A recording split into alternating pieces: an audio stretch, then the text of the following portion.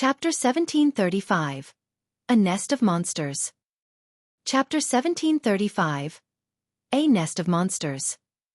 The nearby Crimson Horn members couldn't help but gasp when players pushed the evil Earth Dragon's titanic frames backward by over 20 yards.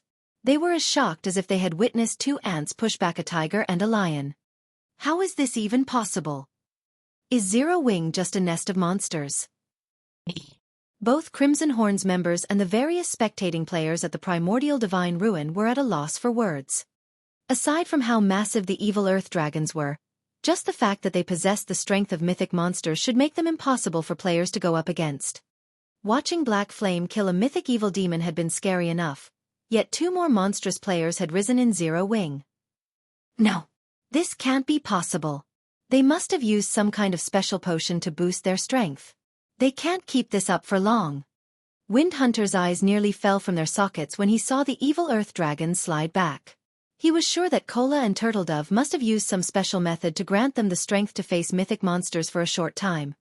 There were certain tools in God's domain that could grant players extraordinary power for a short time.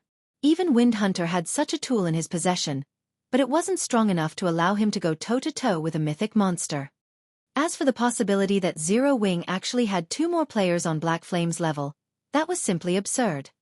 He absolutely refused to believe that Zero Wing could produce three experts that could contend with mythic monsters on their own. Thinking up to this point, he commanded the evil Earth Dragons to continue their assault against the two Guardian Knights.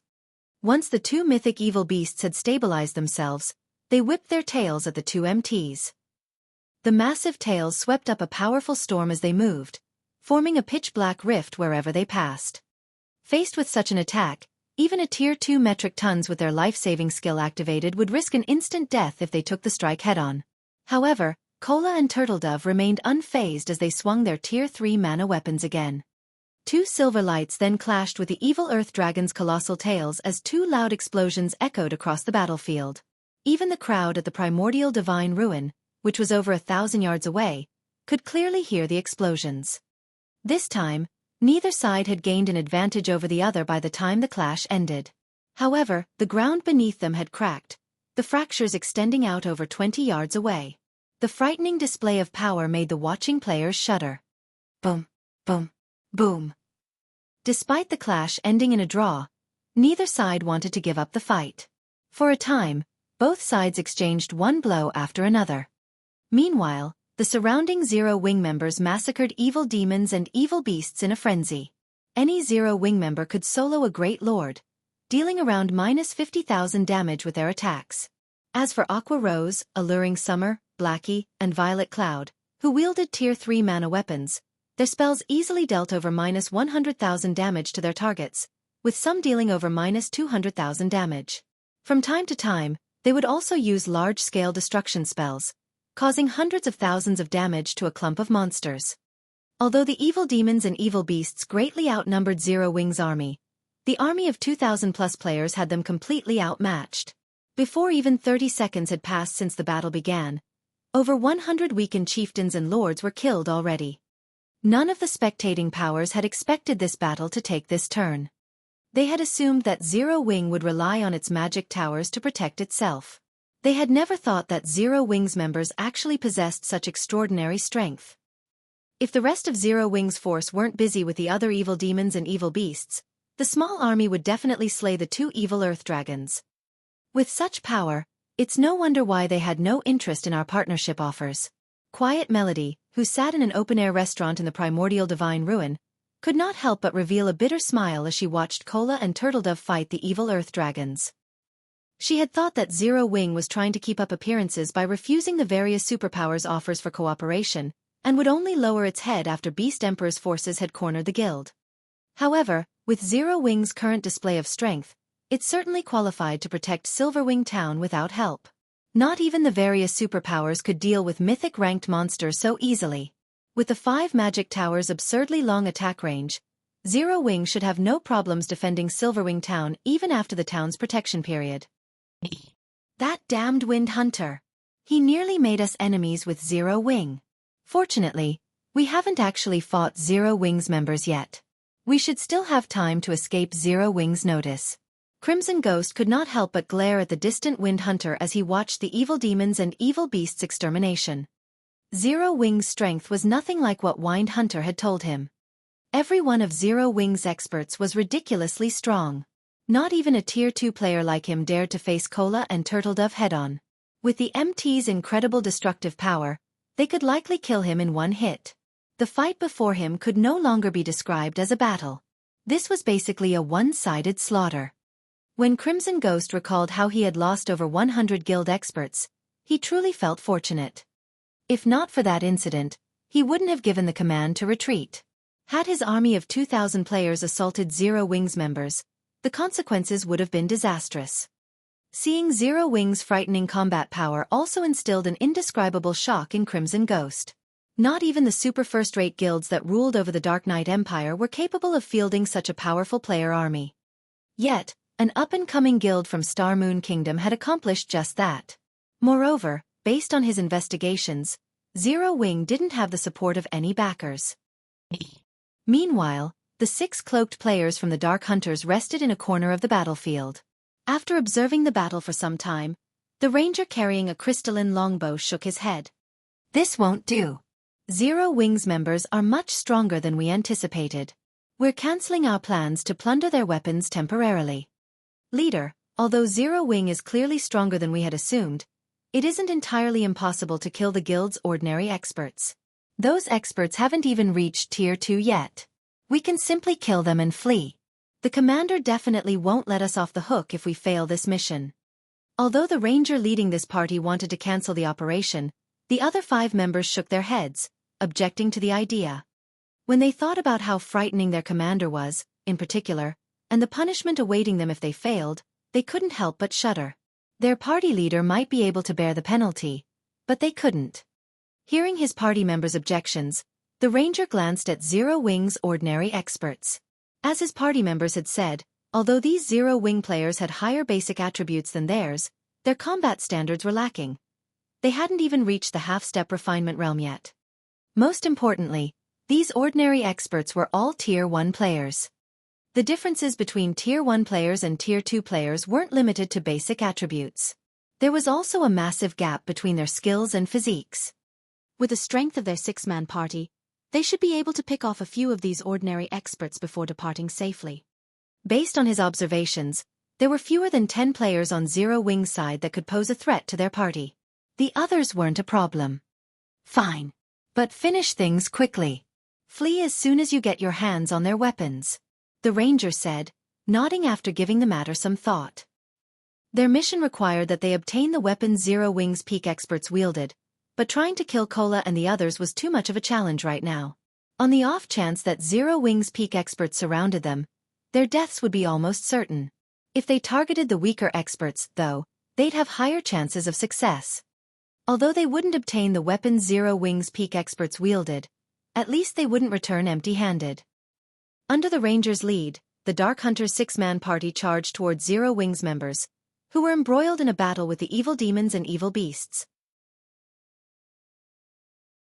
Chapter 1736. Confrontation with the Dark Hunters. Chapter 1736. Confrontation with the Dark Hunters. On the chaotic battlefield, Cola and Turtledove continued to block the evil Earth Dragon's attacks. Meanwhile, the other Zero Wing members frantically cleared out the heavily injured evil beasts and evil demons, rapidly dwindling the army's numbers. The battle was thoroughly in Zero Wing's favor. Because of this, Zero Wing's excitement continued to mount as they fought. The mana weapons' incredible attack power couldn't compare to their normal weapons, and even though they were Tier 1 players, they completely overwhelmed the Lord-ranked evil demons and evil beasts. Although the slain monsters didn't drop any loot, these players did receive a bountiful amount of EXP. After fighting for just a short moment, their experience bars had grown by a noticeable chunk. Upon reaching their level, they required a ridiculously high amount of EXP for each level up. Sometimes, they'd grind for 10 minutes straight without any noticeable change to their experience bars. Now, however, they should be able to gain enough EXP for a full level after fighting these evil demons and evil beasts for 3 hours or so. With how generous the EXP was from killing these monsters, they had to take advantage of this opportunity as much as possible. Even the spectators at the primordial divine ruin were jealous of Zero Wing's members. It was not very often players encountered such a large army of high-ranked monsters. Even if they did, most players did their best to stay out of the monster's way. Trying to fight such a powerful monster army guaranteed casualties. After all, the losses would completely outweigh the gains. However, now that Zero Wing had Cola and Turtledove to pin down the evil Earth Dragons, and Zero Wing's other members had the strength to overwhelm the other evil beasts and evil demons, Zero Wing's army could safely grind these enemy monsters. Why wouldn't they be jealous of Zero Wing? It seems Beast Emperor has only failed again. Quiet Melody could not help her bitter smile when she saw that the evil demons and evil beasts had begun to retreat. After this battle, Beast Emperor wouldn't be able to touch Zero Wing at the primordial divine ruin again. Big sis Melody. Look over there. A few dog players seem to be charging into the battle, Blue Jade said suddenly as she pointed at the 6 figures rushing into the heart of the battlefield with flying speed. They must intend to attack Zero Wing. These 6 players were none other than the 6 from the Dark Hunters Adventurer team. What a powerful concealment technique. Who are those people? Quiet Melody watched the rapidly moving figures with astonishment. As one of the Sacred Temple's vice temple masters, she had more than great combat power. She also possessed acute perception. Although the 6 players hid their identities and appearances with black cloaks, Quiet Melody could tell that they were all Tier 2 players based on their movement. Tier 2 players had far higher basic attributes than Tier 1 players, and their mobility wasn't something that Tier 1 players could hope to rival. Hence, it was very easy to differentiate between Tier 1 and Tier 2 players. However, what truly surprised Quiet Melody was the 6 players' movement technique. All 6 moved with incredible stealth. As they weaved their way through the army of monsters, they were able to utilize the surrounding monsters' bodies and auras to hide themselves. It was likely that even she wasn't as adept at concealing herself and her aura as these 6 players were. If not for her bird's-eye view of the battlefield, she wouldn't have discovered these 6 players at all. What? The Dark Hunters are actually making a move? Crimson Ghost, who had long since retreated from the battlefield, could not help his surprise when he noticed the 6 figures approach Zero Wing's army. At this point, Zero Wing's superiority in this battle could not be any more obvious. There was no reason to continue this fight with the guild, yet the 6 Dark Hunters insisted on doing so. Crimson Ghost was truly confused. Elsewhere on the battlefield, Wind Hunter had noticed the 6 Dark Hunters players moving towards Zero Wing's army, as well. They're going to strike. Wind Hunter's frown relaxed slightly. Originally, he hadn't planned on enlisting the help of the Dark Hunters Adventurer team in this fight against Zero Wing. Beast Emperor had invited them. Moreover, Beast Emperor had even specifically instructed him not to provoke the Dark Hunters casually. It was clear that even Beast Emperor was a little afraid of this adventurer team known as the Dark Hunters. Initially, Beast Emperor's decision had left him slightly disgruntled, but after seeing that all 6 of the adventurer team's representatives were Tier 2 players, his opinion of the Dark Hunters had changed slightly. When he had tried to fight one of these representatives, he had learned exactly how powerful these 6 players truly were. If these 6 players were pitted against a 1,000-man team of ordinary Tier 1 experts, the expert army would suffer catastrophic losses even if the 6 eventually died. When the 6 Dark Hunters had stated their intentions to hunt Zero Wing's peak experts, he had agreed without hesitation because of this. Originally, he had thought that the Dark Hunters had planned to abandon this fight like Crimson Horn's members had. He never thought that the Dark Hunters would still make a move. This was definitely good news for him.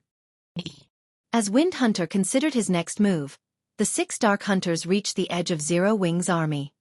Start the attack, the leading ranger commanded as he watched a group of Zero Wing members. The ranger then retrieved the crystalline longbow from his bag, simultaneously firing 9 arrows.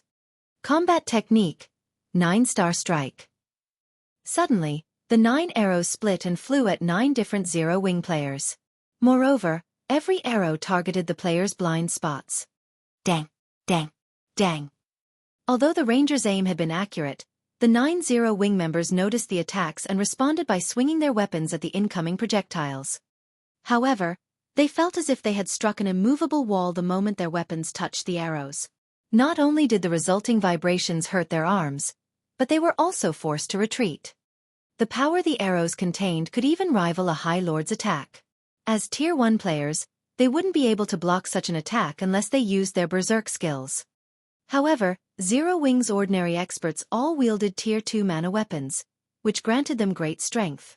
They could also stabilize their postures after retreating about 4 steps. Unfortunately, before the 9 Zero Wing members could locate their attacker, they noticed multiple skills and spells flying at them from multiple directions. Before they could react, these skills and spells smashed into them. Needless to say, these attacks had originated from the other 5 Dark Hunters. The 9 players from Zero Wing rapidly lost HP. Only the plate armor classes retained around 2/3 of their HP, while the rest had more than 50%. After the brief clash, the 9 Zero Wing members realized that they had encountered a powerful foe. They immediately activated their mana weapons, attacking their ambushers.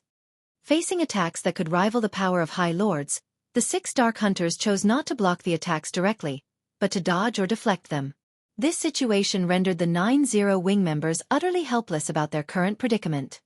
Before the rear line healers could heal the 9 injured players, the 6 Dark Hunters launched another wave of attacks, easily slipping past the Zero Wing members' defenses and killing the 9 experts instantly. This shocked the nearby Zero Wing players. Even the upper echelons from the various major powers, who watched from the primordial divine ruin, couldn't help but gasp. Too fast. Although the 9 players from Zero Wing had yet to reach the refinement realm, their basic attributes almost rivaled Tier 2 players. They should wield the strength of a High Lord of the same level, yet the 6 Dark Hunters had effortlessly ended their lives. Although the Dark Hunter's status as Tier 2 players was part of the reason for their success, the various major powers' upper echelons recognized the absolutely perfect coordination between the 6 players. Even if the 9 targeted players had been refinement realm experts, the ambush's outcome would likely have been the same. After the 9 Zero Wing members had died, they had dropped a total of 18 items, far more than normal. 3 of these 18 items were Tier 2 mana weapons. Good. We're retreating, the leading ranger commanded after snatching up a Tier 2 mana weapon. He then turned and fled. The other 5 Dark Hunters nodded in response. They wanted to kill more players, but since their party leader had ordered the retreat, they had to obey.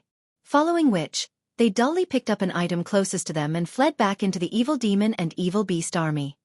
But just as the 6 players melded into the monster army, a figure leaped out of Zero Wing's forces and blocked the Dark Hunter's path. This figure was none other than Fire Dance. Do you think that you can leave so easily after killing our guild members? Fire Dance demanded as she swept a glance over the 6 Dark Hunters, a cold glint flashing in her eyes. Chapter 1737. Soloing the Dark Hunters.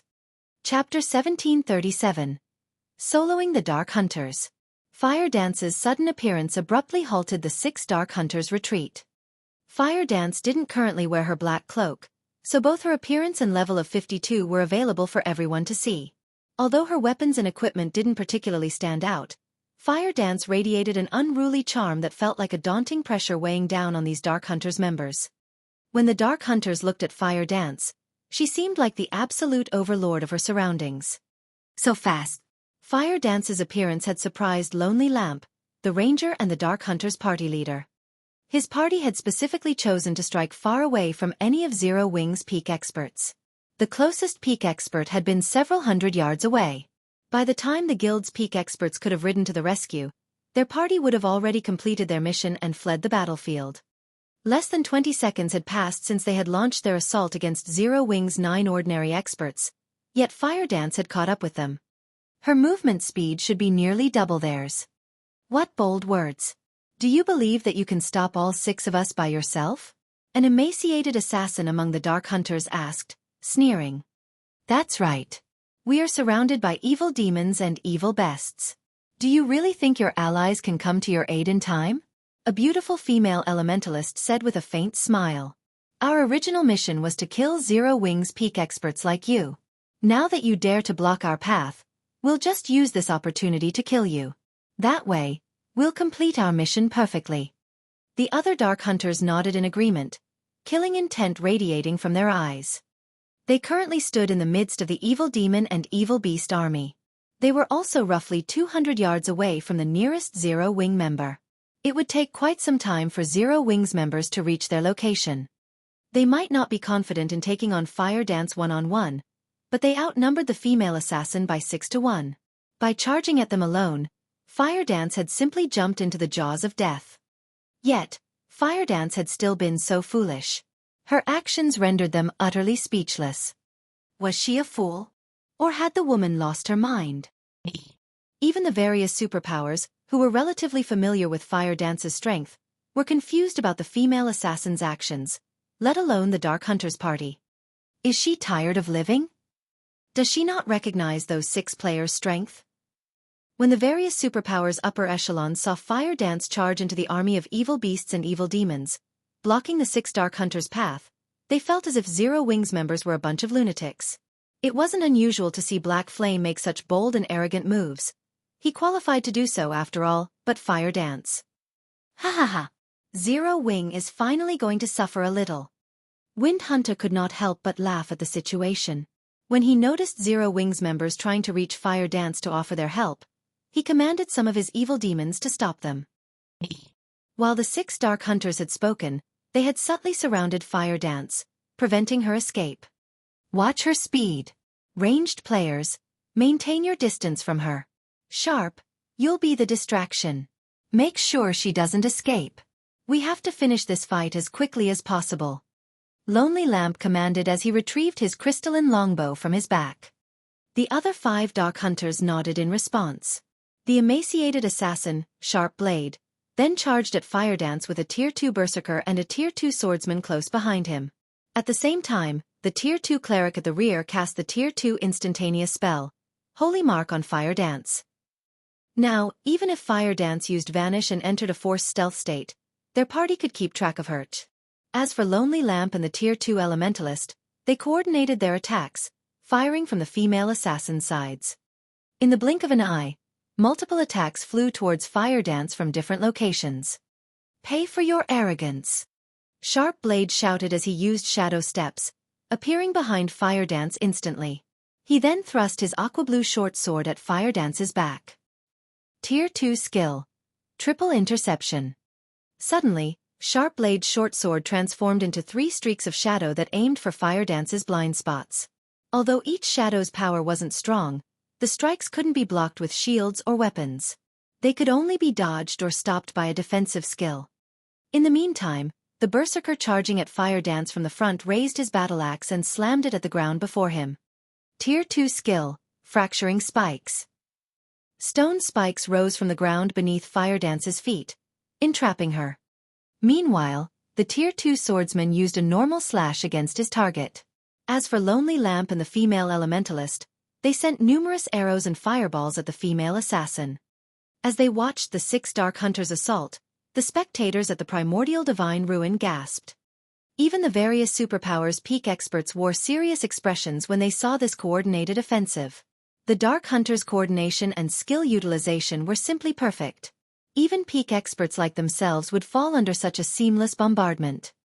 Even Fire Dance, the target of this offensive, was slightly surprised. She hadn't expected such high combat standards from the 6 Dark Hunters, and even their coordination had reached such an impressive level. However, before the numerous attacks could land, Fire Dance split into 6 identical copies of herself. Phantom. This was the 1000 Transformations' first additional skill. Although the 5 doppelgangers couldn't attack, they were invulnerable. Moreover, they could exist for a full 30 seconds. Boom, boom, boom. A series of attacks struck Fire Dance, but her HP didn't decrease in the slightest. Meanwhile, Fire Dance's sudden split and 6 copies had stunned the Dark Hunter slightly, and they paused for a brief moment. These are doppelgangers that can't attack. One of these 6 doppelgangers must be the real assassin. Lan Hua and I will attack the doppelgangers. The rest of you need to keep an eye out for the real body. Lonely Lamp shouted, reacting quickly to the new development. Although doppelganger skills like the one Fire Dance had just used were rare in God's domain, some did exist. Hence, players had learned of ways to counter these skills.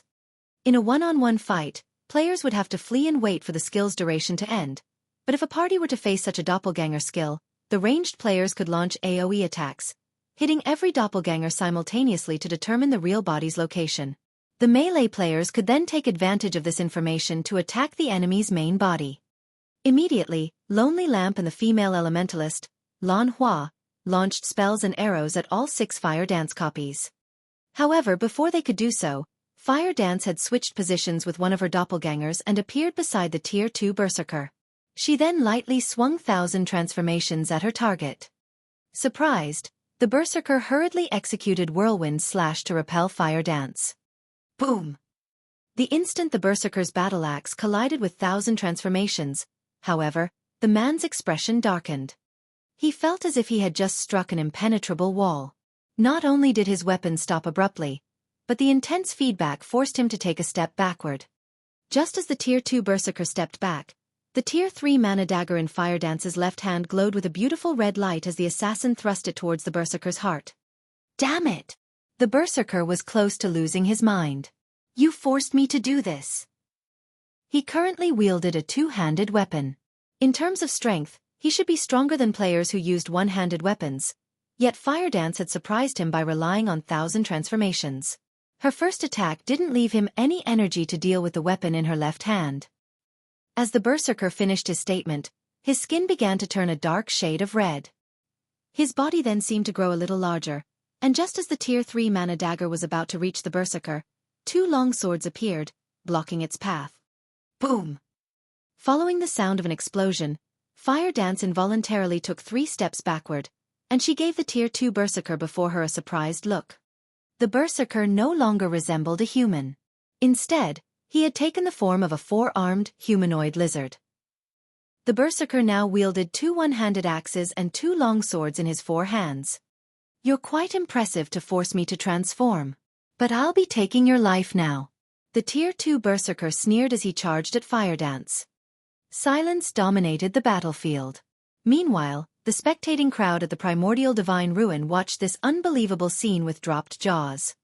A player had actually transformed into a monster. A mutated player? Xueqi revealed a surprised expression when he saw the Tier 2 Berserker from Silverwing Town's walls.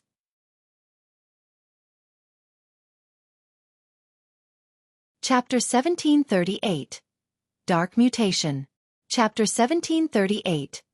Dark Mutation. When the Tier 2 Berserker had transformed, Zero Wing's nearby players were dumbfounded. They had seen plenty of Berserk skills that slightly altered their user's appearance, but this was the first time they had seen a Berserk skill causing such a huge transformation. After transforming, the Tier 2 Berserker's aura had undergone a massive transformation. Not only was his aura much stronger now, but it also no longer felt human. However, this was still not the worst part. The most important change was to the Berserker's body. Currently, the Berserker had 4 arms instead of 2. Of course, having an extra set of arms wasn't necessarily a good thing as human minds weren't accustomed to controlling more than one set of arms. If a person suddenly grew an extra set of arms, they'd have some difficulty controlling the new appendages. However, if the Berserker could control all 4 arms properly, he'd have a massive advantage in battle. A player with 4 arms would be able to execute more varied attack methods than a player with a single set. The 4-armed player could also commit 2 arms to offense and 2 to defense. If the Tier 2 Berserker could coordinate all 4 of his arms properly, his combat power would double at the very minimum. Meanwhile, the various Powers spectating members were dumbfounded by the Berserker's transformation. What did he do? Did he really use a Berserk skill? There's such a transformation skill in God's domain as well? Curiosity filled the spectating crowd as they watched the transformed Tier 2 Berserker. Even the various superpowers upper echelons had no idea of what the Berserker had just done. In fact, the Berserker's transformation had surprised them even more than watching Cola and Turtledove tank 2 mythic evil beasts. The Tier 2 Berserker's transformation had shattered their understanding of God's domain. Sure enough, he still had to use it? Lonely Lamp could not help but sigh when he saw Dark Bear, the Tier 2 Berserker, transform. This was the Dark Hunters Adventurer team's greatest secret. Not many people knew about this transformation ability. However, now that they had revealed this secret to the public, their adventurer team would definitely face trouble in the future. However, the Berserker's decision to transform didn't particularly surprise him.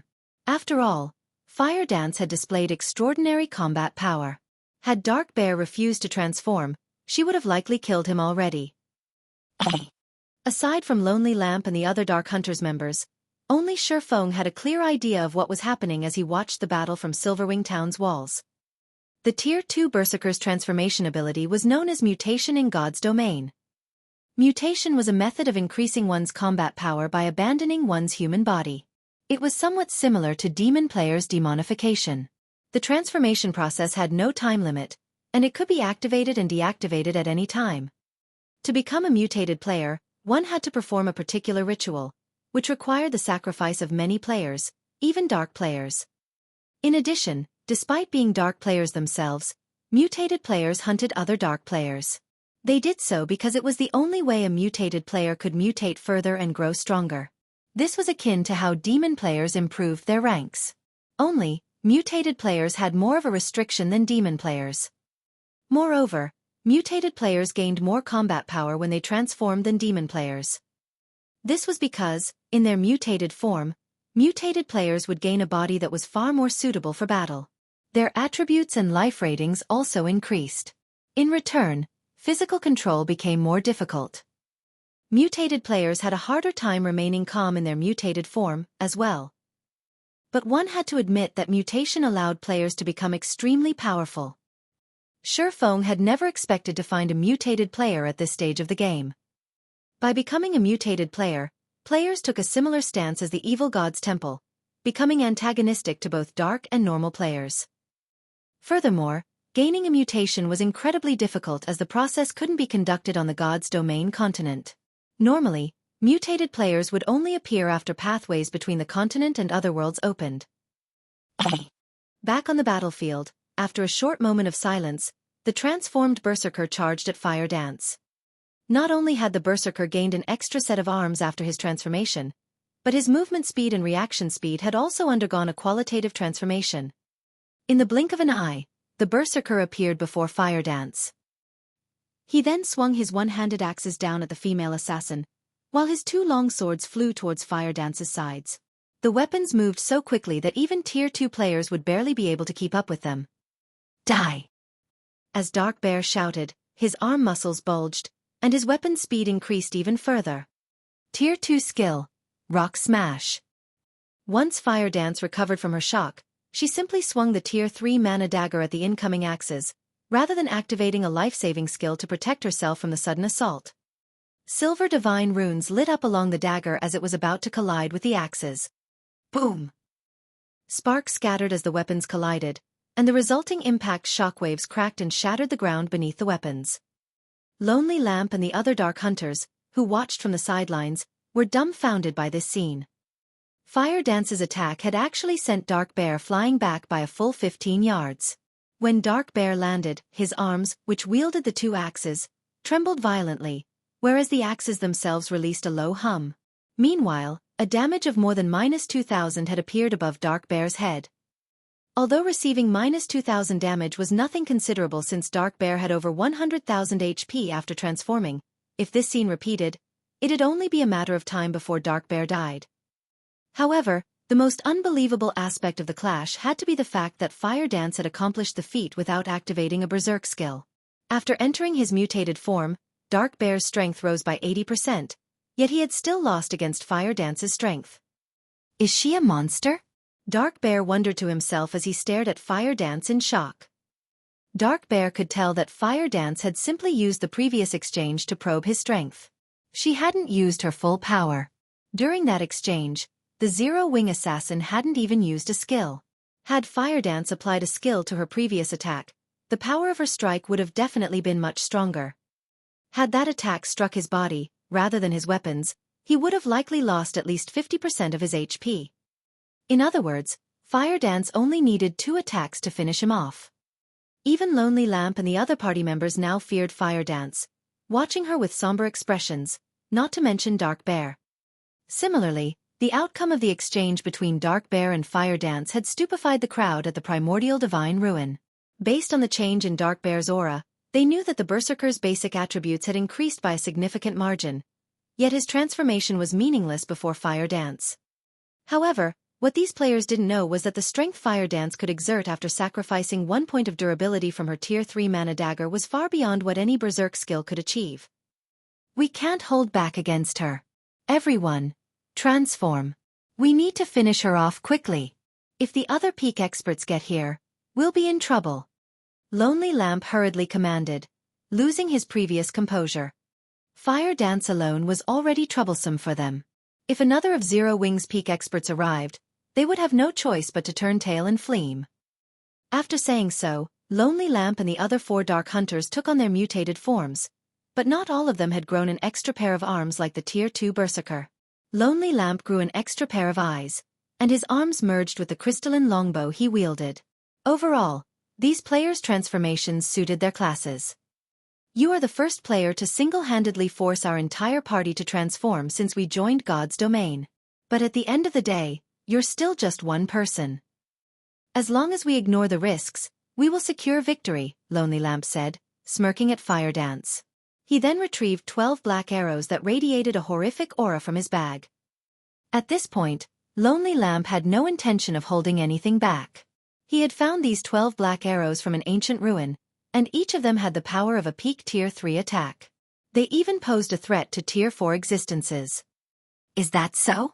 What if you have to face 2 people? Suddenly, a dull voice reached the Dark Hunters from their surroundings, echoing powerfully in Lonely Lamp's mind. In the next moment, a massive spatial tear appeared beside Fire Dance. Xueqi's figure then slowly stepped out of the spatial tear.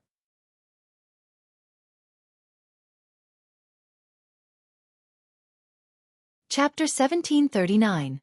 Annihilating the Dark Hunters. Chapter 1739. Annihilating the Dark Hunters. Black Flame. Lonely Lamp's expression darkened when he saw Xueqi. The other 5 Dark Hunters also halted their assault as they stared at the swordsman, fear surfacing in their gazes. After the battles in Stone Forest Town and near the primordial divine ruin, Black Flame's fame had spread to the various countries across God's domain, including the Dark Knight Empire. Although these 6 players had never fought Black Flame personally, they knew that both his basic attributes and combat standards were at the apex of God's domain after witnessing the man's battle videos.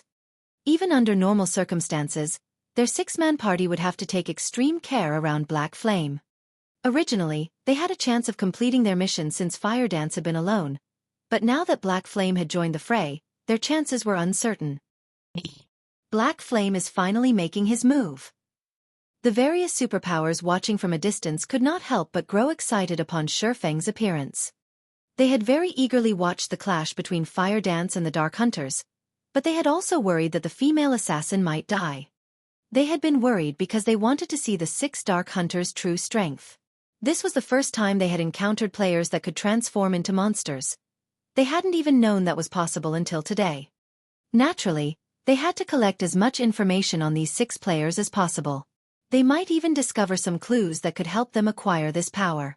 From what they could tell, the Dark Hunter's ability to transform into monsters was definitely stronger than a berserk skill since the transformation gave the players a body that altered and improved their combat standards. If their guild's experts could grasp this power, it would undoubtedly increase the guild's overall strength. Hence, they very much hoped that Zero Wing could defeat the Dark Hunters, forcing the 6 Dark Hunters to use everything they had. If the Dark Hunters achieved victory instead, however, they wouldn't know whether or not these players had held back anything. Leader, what should we do? Even if we have the strength to defeat 2 of them, it'll likely take a long time to do so. Lan Hua asked through the team chat as she quietly observed Xueqi. Our opponents are too powerful. Prepare to retreat. Lonely Lamp said, breathing a deep sigh as he glanced at Fire Dance and Xueqi. If their party tried to fight Xueqi and Fire Dance, regardless of the battle's outcome, the Dark Hunters party would be annihilated in the end. It wouldn't take long for Zero Wing's other peak experts to arrive, after all. If they did die, they'd suffer an even worse death penalty than ordinary Dark players, which wasn't an outcome Lonely Lamp wished to see. Understood. Although the other 5 Dark Hunters felt reluctant, they nodded and prepared to flee. What? Leaving so soon? Lonely Lamp and his party members' actions surprised Xueqi a little. He hadn't expected the Dark Hunters to be so decisive, retreating the moment they realized how disadvantageous their situation had become. Guild leader Black Flame, you jest.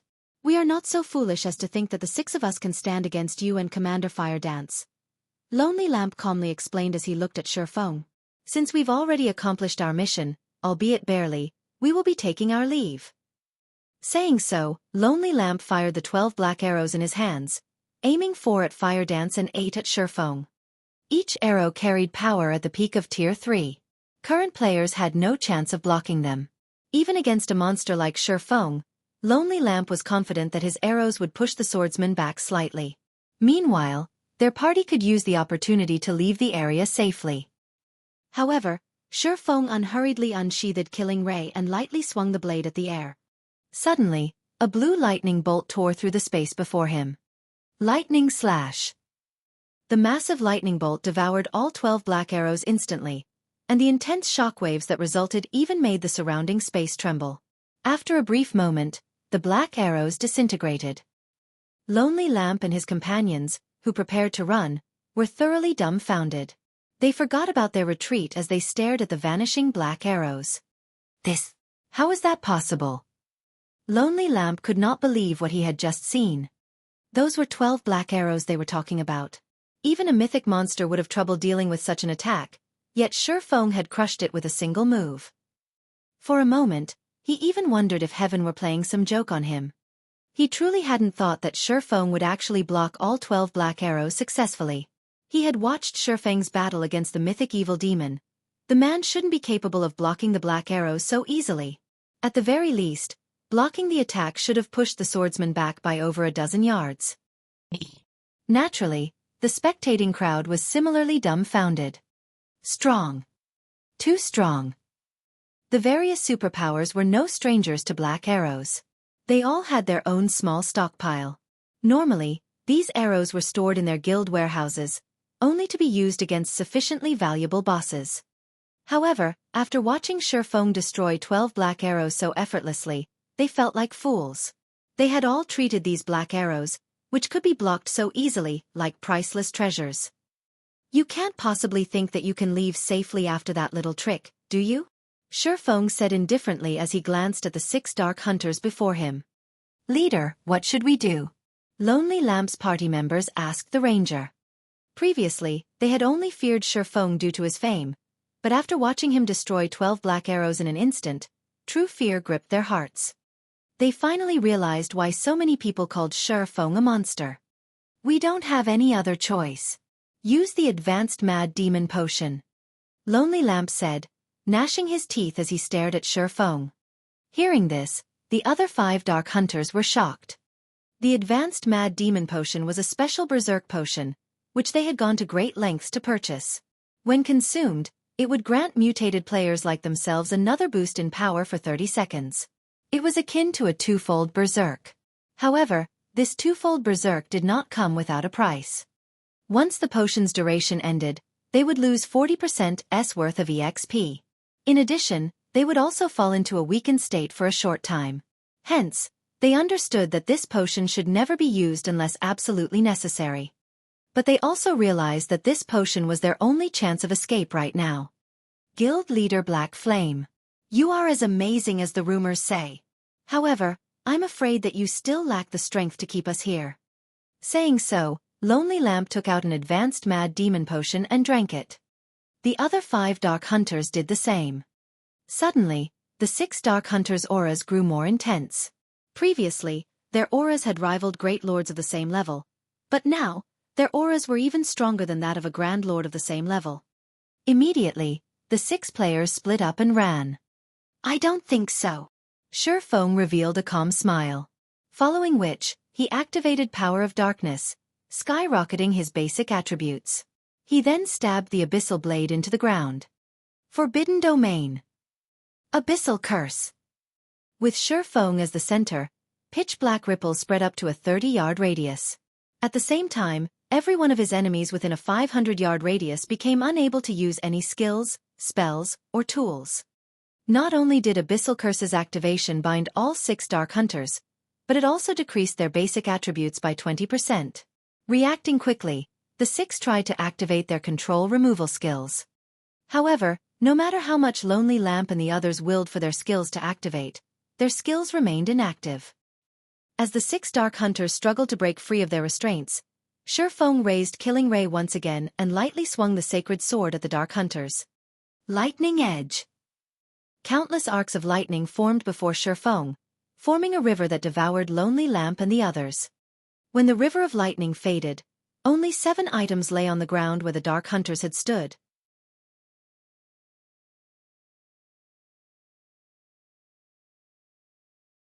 Chapter 1740. Black Flames Warning. Chapter 1740. Black Flames Warning. The moment the 6 Dark Hunters died, silence filled the battlefield. Even the Crimson Horn members, who currently fled the battlefield, could not help but pause to look at the fading river of lightning. For a moment, the watching players even wondered if their eyes were playing tricks on them. It wouldn't have been unusual if Xueqi had merely slain a bunch of ordinary experts with a single hit, but the 6 Dark Hunters hadn't been ordinary experts. They were bona fide great experts. Every one of them was strong enough to make the various dark guilds in the Dark Knight Empire shudder with fear. Yet now, as if swatting a bunch of flies, Xueqi had incapacitated and killed the 6 Dark Hunters with a single swing of his sword. They died? How is this possible? Those are the Dark Hunters we are talking about. Crimson Ghost, who had long since put some distance between himself and the heart of the battlefield, stared at Lonely Lamp and his companion's prior location in a daze. He had experienced Lonely Lamp's strength personally before. After transforming, Lonely Lamp and the other Dark Hunters' combat power was only slightly weaker than his when he activated a Berserk skill. However, unlike his Berserk skill, Lonely Lamp and the others' transformation did not have a duration. Once his Berserk skill's duration ended, he'd meet death very quickly. Moreover, Lonely Lamp's party had consumed a mysterious potion that had heightened their aura's intensity. Needless to say, their basic attributes must have risen further. If he had to fight Lonely Lamp while the ranger was in such a state, he'd likely die after a few hits even with his Berserk skill active, yet even after multiple boosts, Xueqi had killed the party instantly. He might be able to accept Xueqi's victory after an arduous battle, but that hadn't happened. As soon as Xueqi took the situation somewhat seriously, Lonely Lamp and the other Dark Hunters had burned to ash. When Crimson Ghost looked at Xueqi, who quietly stood before the items Lonely Lamp and his party had dropped, his whole body shuddered. Too scary. Fear and relief overwhelmed his heart. Xueqi was a true monster with bottomless strength. If he weren't certain that Xueqi was, in fact, a player, he might even suspect that Xueqi was an NPC the main god system had created to prank God's Domain's players. Fortunately, he had not allowed his army to fight Zero Wing's forces. Even if some of his players survived, his army would have suffered severe losses. Meanwhile, the players from the various superpowers that watched from the primordial divine ruin gasped when the Dark Hunters had been annihilated, their eyes nearly falling out of their sockets. The 6 Dark Hunters exuded auras that could even rival Grand Lords of the same level. This proved that their basic attributes had reached that standard. Coupled with the Dark Hunters' combat standards, none of the superpowers present were confident that they could stop the 6 players' escape. No, to be precise, they might even struggle in a head-on fight against these 6 players. On the other hand, not only had Xueqi killed all 6 Dark Hunters by himself, but he had also done so with one attack. Because of this, the various superpowers' upper echelons all wore solemn expressions. Since Xueqi could exterminate the 6 Dark Hunters, needless to say, he should have no issues doing the same to them. This also implied that, as long as Xueqi wished it, he could kill any one of them. Knowing this, how could they not take Xueqi more seriously? This man, Quiet Melody, could not help but shake her head and smile bitterly as she watched Xueqi collect the items Lonely Lamp and his party had dropped. It seems that not only did we fail to learn anything about those 6 players, but we also received a dire warning. In her opinion, Xueqi had killed the 6 Dark Hunters instantly for 2 reasons. First, he didn't want others to take advantage of his efforts by learning the Dark Hunters' bottom line and secrets. The second reason was to give superpowers like the Sacred Temple a warning. Since he could kill the Dark Hunters so easily, he was naturally capable of killing superpowers upper echelons like her. It was a message that they should reconsider targeting Zero Wing at the primordial divine ruin. Otherwise, they would suffer a similar fate. Blue Jade, who stood beside Quiet Melody, nodded in agreement with her Vice Temple Master's words, complex emotions flashing in her eyes as she watched Xueqi. After this battle, Her admiration for Xueqi had doubtlessly increased. However, she also bore a sense of rivalry in her heart. She felt as if she had just found a goal worth working towards. This black flame is truly arrogant. He actually dares to send the various superpowers a warning. Although he is arrogant, he has clearly earned it. Can't you see the various superpowers' faces? Those looks are priceless. It seems that nobody should entertain ideas of targeting Zero Wing at the primordial divine ruin in the future. That's right. Not only does Silverwing Town have such powerful and long-range defensive structures, but it is also protected by so many incredible experts. Even without the NPC guards, nobody would dare to target Silverwing Town and Zero Wing. Both the guilds and the adventurer teams resting at the primordial divine ruin elevated their opinions of Zero Wing. Some adventurer teams even thought of joining the guild as a whole. Now that Zero Wing dominated the Orc Empire's primordial divine ruin, its development speed would be astounding. It might even become a super first-rate guild in the virtual gaming world in a short time. If they joined Zero Wing before the guild became a super first-rate guild, they would have a higher chance of becoming internal members. If they became core members, they'd be set for life. Damn it! Did Black Flame purposefully wait until the Dark Hunters attacked to make his move? Wind Hunter, who watched the battle from a safe distance, cursed as the Dark Hunters died, his complexion paling. He had thought that Lonely Lamp's party could cause Zero Wing some trouble, but they had only succeeded in throwing their lives away. Moreover, he had dispatched quite a few evil demons and evil beasts to reinforce Lonely Lamp's party. As a result, his minions were more clumped than usual, allowing the magic towers to target the monsters more easily. Suddenly, Beast Emperor's phantom appeared beside Wind Hunter. Beast Emperor then said, "All right, that's enough. Wind, you need retreat as well. We no longer have the ability to do anything against Silverwing Town." But, are we going to let Zero Wing off the hook, just like that? Frustration tore at Wind Hunter. Not only had his campaign failed to damage the guild, but it had also bolstered Zero Wing's reputation. Moreover, his monster army had sustained a lot of damage. This was the first time he had suffered such a severe loss. No. Of course, we won't let Zero Wing off the hook.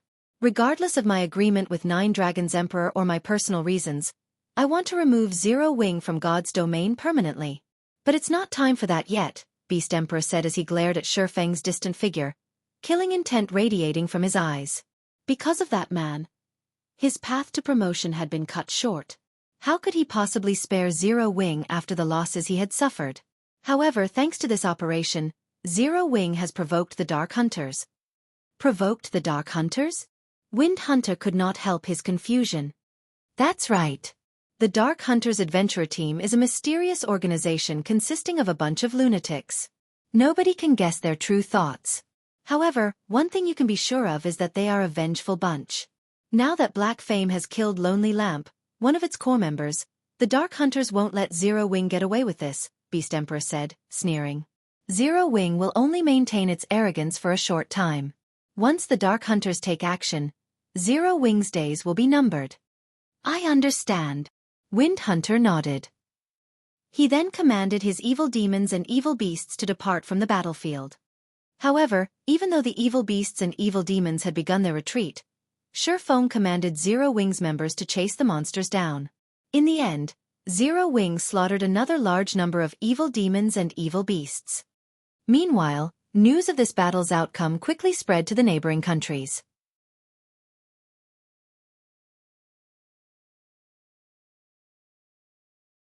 Chapter 1741.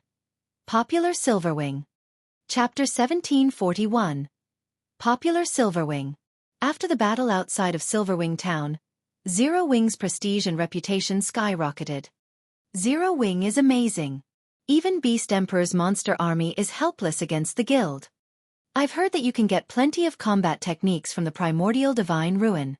Now that nobody can contest Zero Wing for Silverwing Town, won't Zero Wing acquire a ton of combat techniques? That's not all. Don't forget about Primordial City. I've heard that Primordial City can help players improve their combat standards. I've heard that Zero Wing has been recruiting new members lately. Why don't we give it a try? I've also heard that even Zero Wing's elite members can learn combat techniques without signing a binding contract right now. What? Those are combat techniques we're talking about. I've heard that even large guilds' core members have to sign strict contracts if they wish to learn one of the guild's combat techniques. Honestly, you can learn Zero Wing's combat techniques without joining the guild. Only, the price is exorbitant. However, if you become an elite member, you can get a significant discount. As news of Zero Wing's victory spread, many independent players made their way towards Star Moon Kingdom to join Zero Wing. As a result, the number of players applying to join Zero Wing had increased by nearly 3 times. For a time, Aqua Rose was swamped with work. To make matters worse, now that Zero Wing had proven that it had the strength to defend Silverwing Town, a large number of merchant players and corporations hoped to purchase shops, conducting their business in the town. This was especially true for the corporations that sold virtual goods. However, Xueqi had no intention of selling Silverwing Town's shops. Instead, he would only rent them out. Moreover, the rental price was an astronomical 2,000 gold or 6,000 magic crystals per month. Because of this price, 99% of the merchant players cursed Zero Wing. This was simply fraudulent. Xueqi's decision even confused Aqua Rose. With 2,000 gold, one could buy a very good plot of land in an NPC town. Even in guild towns, strategically located shops only sold for 800 gold or so. Yet not only were Silverwing Town's shops only available to rent, but the rental cost was also 2,000 gold per month. With so much money, players could permanently purchase 2 good plots of land in another guild town. Although Silverwing Town's location was strategic, teleportation war fortresses had appeared in the Orc Empire. It was only a matter of time before the various large guilds occupied these fortresses. Once that happened, Silverwing Town's value would fall. The wisest decision Zero Wing could make right now would be pulling as many merchant players as possible to Silverwing Town. By doing so, Zero Wing could make a fortune and solidify the town's position and advantage in the Orc Empire. Yet, Xueqi had chosen to rent the town's shops at astronomical prices, scaring away many merchant players that had solid foundations. When the various large guilds began to capture teleportation war fortresses, these merchant players would gravitate to these fortresses instead. Doing this wouldn't benefit Zero Wing. But Xueqi paid the matter no heed. First, the Orc Empire's teleportation war fortresses were not that easy to capture. Second, Silverwing Town had 5 magic towers. Players could gain a full rest just by standing in the town. They wouldn't need to rent rooms from a hotel. There was also the Spirited State buff, which could help players level up far more quickly. One could easily imagine how attractive Silverwing Town would be to players. However, these players wouldn't just loiter on the street like fools, doing nothing. They would stroll around the town and window shop. The chances that they'd spend some money would be quite high. In addition, unlike Zero Wing City, where players could accumulate the double EXP buff even while they were offline, players in Silverwing Town had to remain online to take advantage of the Spirited State buff. They could only take advantage of the buff while offline if they rested in a hotel room or a guild hall. Hence, there would be many players strolling down Silverwing Town streets. With how many players would wander Silverwing Town streets, business in the town would thrive as well as those in Zero Wing City. Naturally, he couldn't ask for too low of a price for the town's shops. Moreover, Silverwing Town needed to maintain more than just the 5 magic towers. There was also the Magic King, Craig Midlands. Silverwing Town's daily operation costs could drive any first-rate guild crazy. Including the fact that Silverwing Town needed the funds to develop and had limited space, selling the shops cheaply would be foolish. Rather, setting up hotels in place of shops would generate more income for the town. In the end, only 6 merchant associations were willing to rent shops in Silverwing Town. Although there were so few, Zero Wing had still earned 12,000 gold. This allowed the guild to construct more high-rise buildings in the town, which would, in turn, hasten the town's promotion to an intermediate town. A neutral town's promotion conditions weren't like those of towns constructed within kingdoms and empires. In addition to the population and town reputation requirements, the neutral town also needed to achieve certain conditions. These conditions involved a certain number of high-rise buildings and NPC merchants. Unfortunately, due to safety concerns, NPC merchants would rarely set foot into neutral maps. The town needed to earn a C rank in safety, but trying to do so with a basic town was excruciatingly difficult. Because of this, neutral towns had a hard time getting promoted. One had to develop the town to its very limits before it could reach the next rank. Of course, there were methods that could hasten this process, and one involved using a town promotion order. Only, the town promotion order a neutral town required was unusual. To upgrade a basic neutral town to an intermediate neutral town, one would need a gold-ranked town promotion order. Meanwhile, gold town promotion orders could be used to upgrade an intermediate town to advanced rank in kingdoms and empires. One could easily imagine how difficult such a promotion order would be to obtain. Even Xueqi did not have a guaranteed method of acquiring a gold town promotion order. All he could do was hasten the construction of high-rise buildings in Silverwing Town. Although it was true that Silverwing Town currently had the ability to stop Beast Emperor's forces, he wasn't so arrogant to think that Silverwing Town's current state would always be enough to stop Beast Emperor. After all, the evil god's temple, which Beast Emperor belonged to, was everyone's enemy on the god's domain continent. If given enough time to grow, Beast Emperor could definitely become strong enough to overcome Silverwing Town's current defenses. Moreover, Beast Emperor wasn't the only enemy Zero Wing had to worry about. The various superpowers also eyed Silverwing Town. With these superpowers' foundations, they would only grow stronger as time passed. Once the various superpowers realized Primordial City's true importance and gathered sufficient strength, they wouldn't miss the chance to strike at Silverwing Town. The various superpowers only saw the benefits Silverwing Town currently offered. However, they had neglected to notice the potential threat Silverwing Town could become. Hence, Xueqi needed to develop and fortify Silverwing Town as quickly as possible. However, although Zero Wing currently had a gold mine like Zero Wing City, which earned a large number of coins and magic crystals each day, it wasn't enough to sustain the guild's development. This was because Zero Wing had constantly recruited new members recently. Since the start of the latest recruitment drive, more than 150,000 players had joined the guild. This number would only increase as time went on. Meanwhile, the guild needed to provide all sorts of benefits for these new members, and to do so, the guild would need a ton of resources. Normally, new members were a good thing for a guild. After all, the more members a guild had, the stronger it would be. But Zero Wing wasn't like first-rate guilds. Zero Wing's sphere of influence was tiny in comparison. As a result, although Zero Wing had gained more members, the guild did not have the necessary territory to let these new members operate and generate wealth for the guild, which was necessary to sustain the guild benefits its members enjoyed. To put it simply, Zero Wing couldn't afford to take in so many members. If the guild wished to develop, it would need a large amount of resources and coins.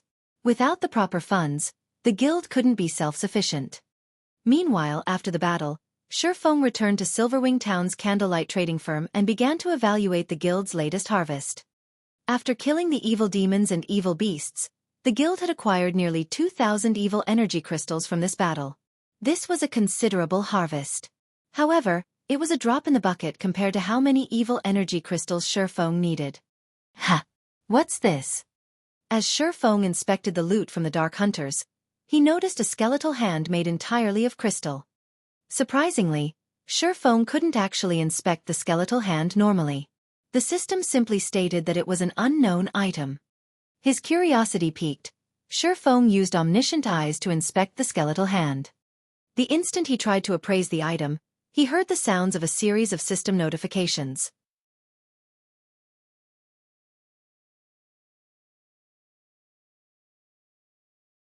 Chapter 1742. Philosopher's Hand. Chapter 1742. Philosopher's Hand. System. You have discovered the cursed Philosopher's Hand. System. Epic ranked main storyline quest. Philosopher's Wish activated. Quest content. Locate the World Forest using the Philosopher's Hand and activate the World Gate. Reward. Philosopher's Hand. A legendary item? Xueqi's heart pounded rapidly when he saw the system notifications. He had never thought that he would have the opportunity to acquire the Philosopher's Hand in this life. Any alchemist in God's domain would definitely have heard of the Philosopher's Hand. Like the Philosopher's Stone, the Philosopher's Hand was a treasure of the alchemy world, so Xueqi knew quite a bit about it. It was a bona fide legendary item.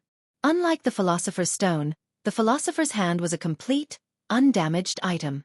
Countless lifestyle players dreamed of using its abilities.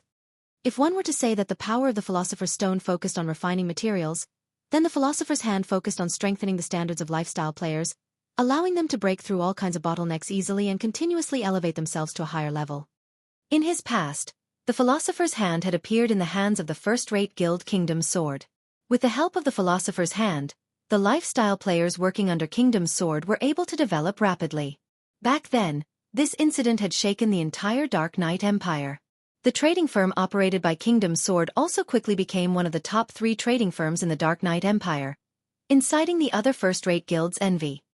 However, the Dark Knight Empire was an empire even stronger than the Black Dragon Empire. There were a total of 4 superpowers fighting over the empire. One could easily imagine what kind of end had awaited Kingdom's Sword. In the end, the 4 superpowers requested that Kingdom's Sword sell its Philosopher's Hand. Although it was presented as a request, in reality, it was closer to coercion.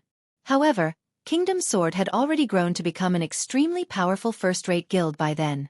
The guild had plenty of expert members and was already well on its way to becoming a super first-rate guild. Naturally, Kingdom's Sword had refused the superpowers' requests. After all, the requirement to become a super first-rate guild was to have sufficient financial strength and resources. If Kingdom's Sword sold its Philosopher's Hand, that would be equivalent to severing its path towards becoming a super first-rate guild. Originally, it would have indeed been very difficult for one superpower to deal with a powerful first-rate guild like Kingdom's Sword. The surprising thing was that the 4 superpowers had actually worked together to deal with Kingdom's Sword. As a result, Kingdom's Sword had become history from then on. However, the guild leader of Kingdom's Sword was also ruthless. Even when his guild had been on the brink of annihilation, he had still refused to hand over the Philosopher's Hand. In the end, none of the 4 superpowers had gotten their hands on it, and the alchemy treasure had vanished from God's domain with the Kingdom's Sword Guild. Xueqi found it truly surprising that the Philosopher's Hand had appeared before him. If not for being targeted by 4 superpowers, there was no doubt that Kingdom's Sword would have become a super first-rate guild. After all, the further one progressed in the game, the more important lifestyle players became to guilds. Many weapons, equipment, and items had to be crafted by the various lifestyle players. It was simply impossible to sustain a guild's development with dropped items alone. Looking at the Philosopher's Hand, many ideas danced in Xueqi's mind. Although Silverwing Town seemed free of issues right now, the town would face great danger in the future. Sufficient power would be needed to maintain the town's safety. Although he had acquired the Bronze Guardian puppet design, Zero Wing simply wasn't capable of producing the Bronze Guardian puppet right now. It might be fine if he had obtained a design for the common Guardian puppet, as it did not require master-ranked lifestyle players to be produced. However, the Bronze Guardian puppet's minimum requirement was to have a master forger, a master alchemist, a master engineer, and a master enchanter.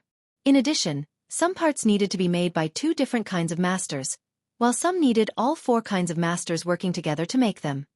The Bronze Guardian puppets could only be crafted after meeting the requirements. Even then, the production success rate was very low.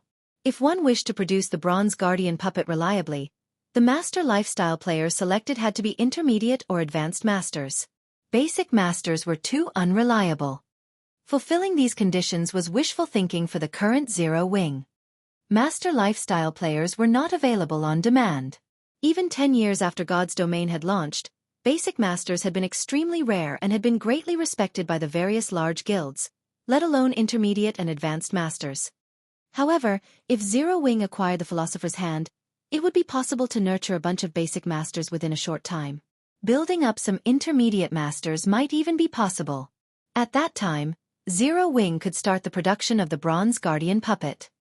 Just thinking about such a future was incredibly exciting. Bronze Guardian puppets possessed combat power at the peak of Tier 3. Moreover, players could control them fully since they were much easier to control than summoned creatures. A Void Realm expert that was ignorant of the realms of truth could still, at the very minimum, exhibit combat power at the refinement realm when controlling a Guardian puppet. Most importantly, unlike summoned creatures, Guardian puppets could be used permanently. They even dealt additional damage to buildings and magic arrays. Whether they were used in a siege or defensive battle, Guardian puppets were the perfect tool. Countless guilds had dreamed of obtaining Guardian puppets in the past. Guardian puppets were so powerful that the first-rate guilds that had them could even afford to provoke superpowers and get away with it.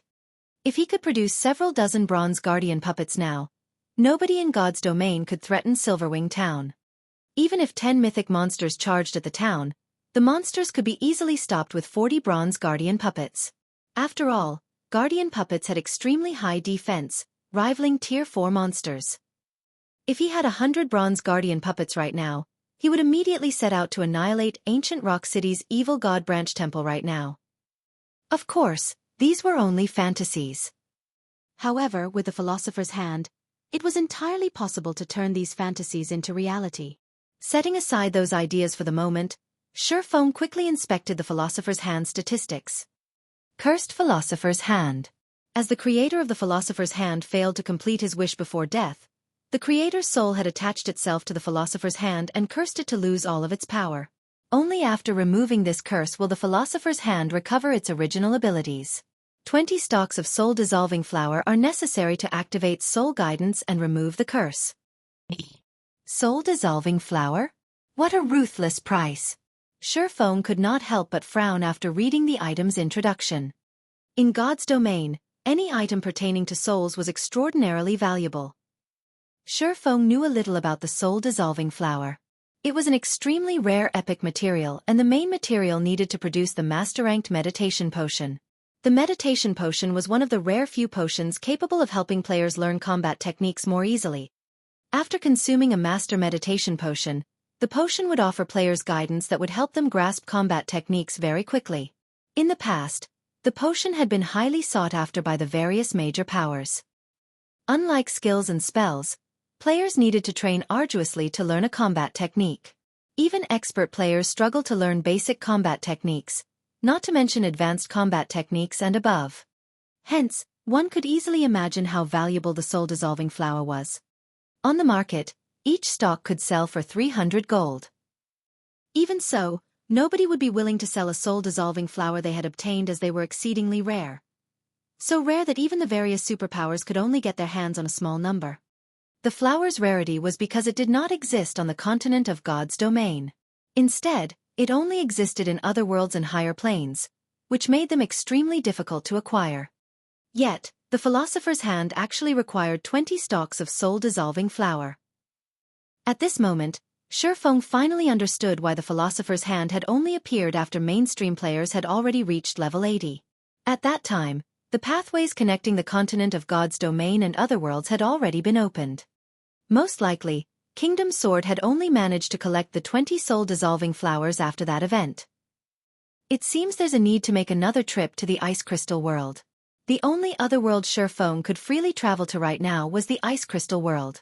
Although there was also the option of visiting a higher plane, it would take a very long amount of time to collect 20 soul-dissolving flowers all by himself.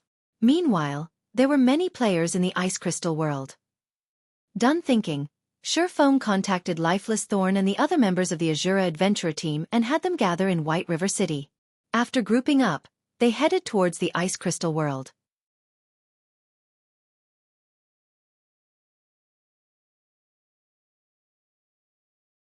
Chapter 1743.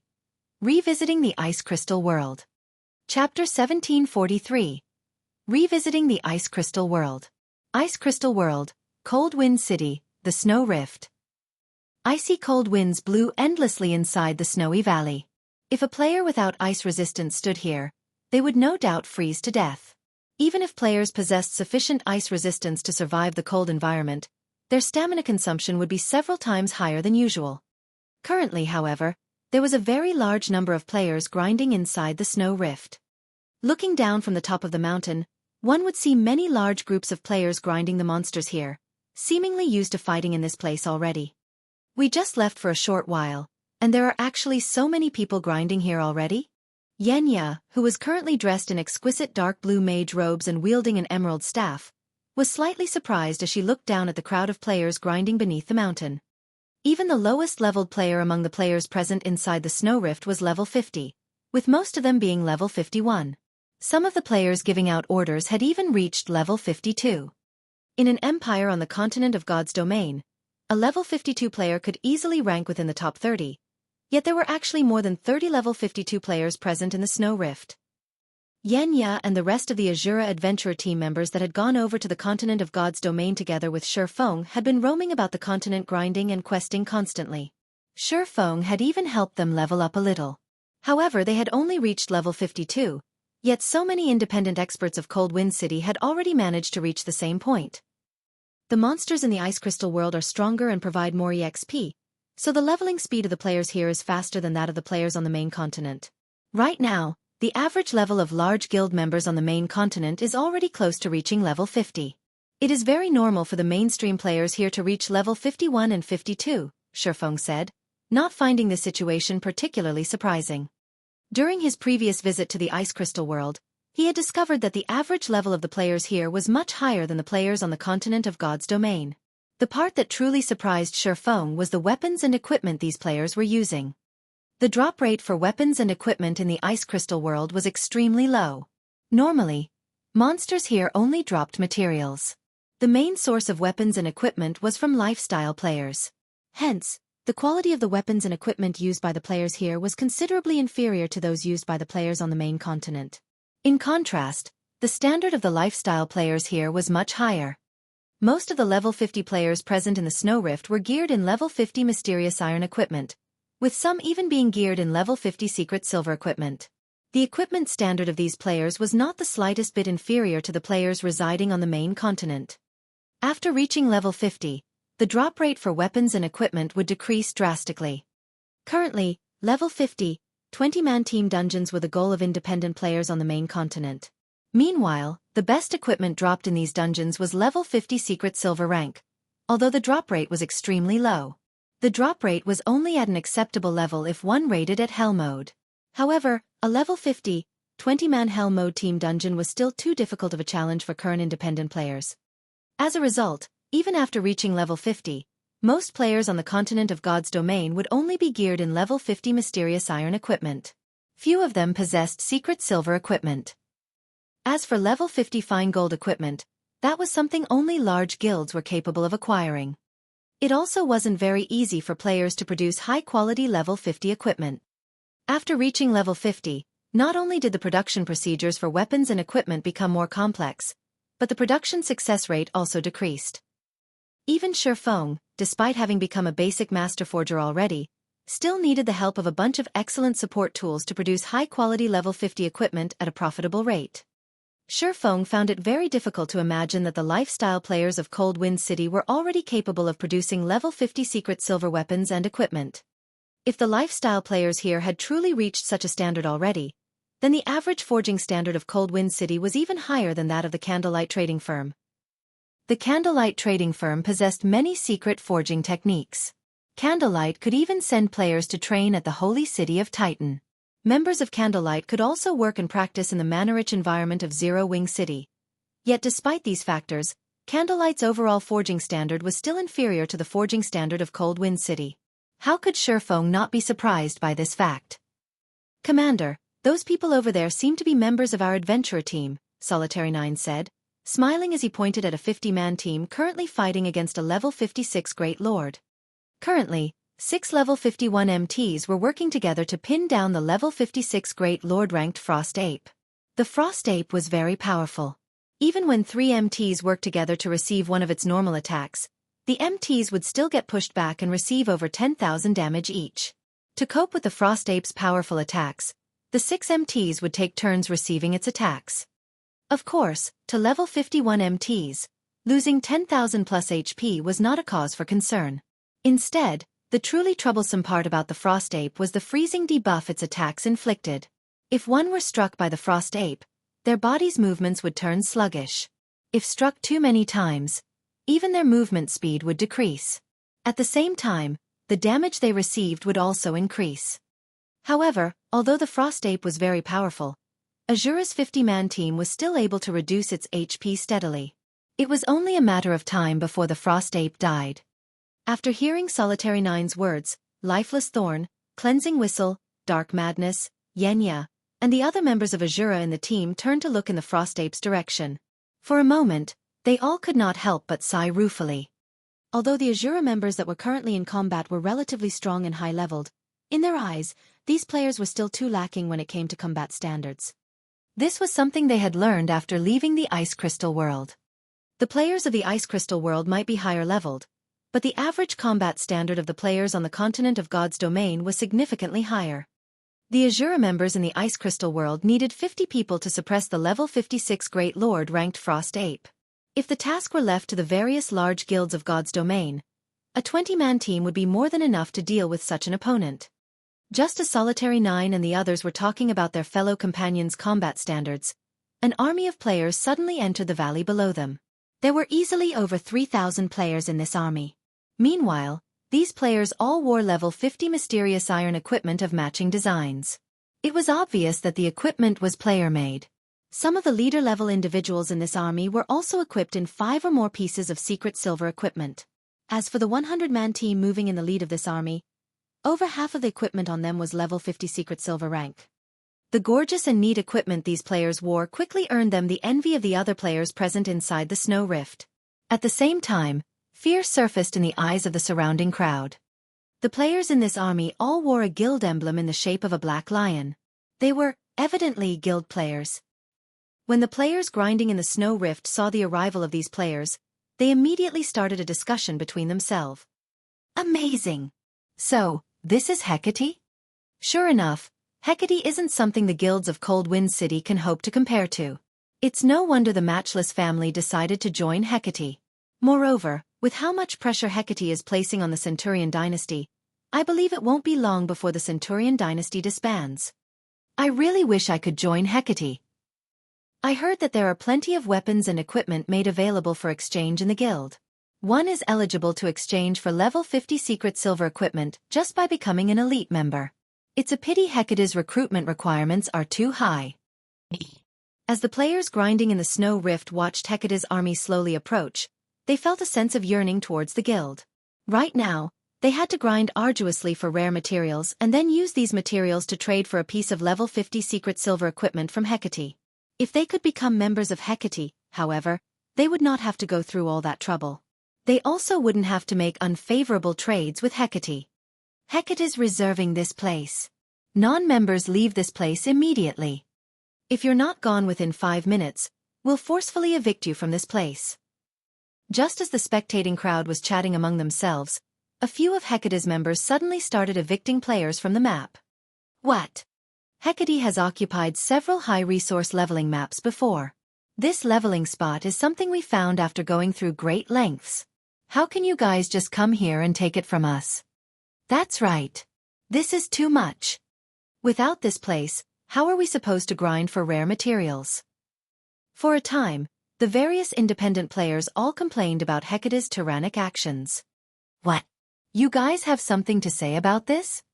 At this moment, a savage man wearing light blue armor walked out from Hecate's army. The man then sent a glance at the crowd before him, sneering, "If you have something to say, fine. Come say it to my face." Hearing this man's words, everyone suddenly went quiet. The savage man before them was named Vast Heaven, and very famous in Cold Wind City. On the first day he had arrived in Cold Wind City, he had killed over 30 experts from the Centurion dynasty.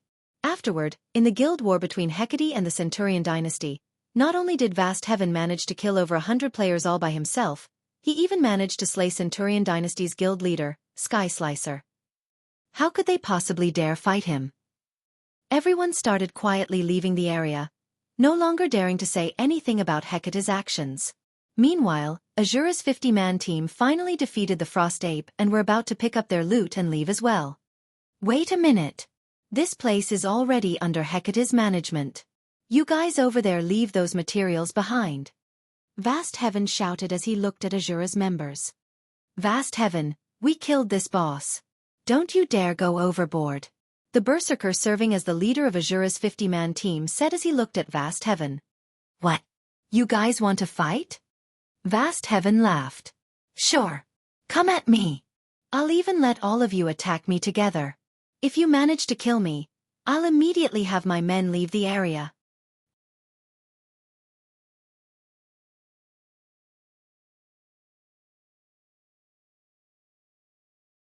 Chapter 1744. Asura's Commander. Chapter 1744. Asura's Commander. After Vast Heaven was done speaking, He stepped out from the crowd behind him and slowly walked towards Asura's 50-man team. When bathed in vast heaven's chilling aura, Asura's members felt greatly pressured. None of them dared reply to vast heaven's provocation. They knew very clearly what kind of temper vast heaven possessed. During the first few days after Hecate arrived in Cold Wind City, a situation similar to this had occurred. Some adventurer teams that were displeased with Hecate's tyrannical actions had challenged vast heaven.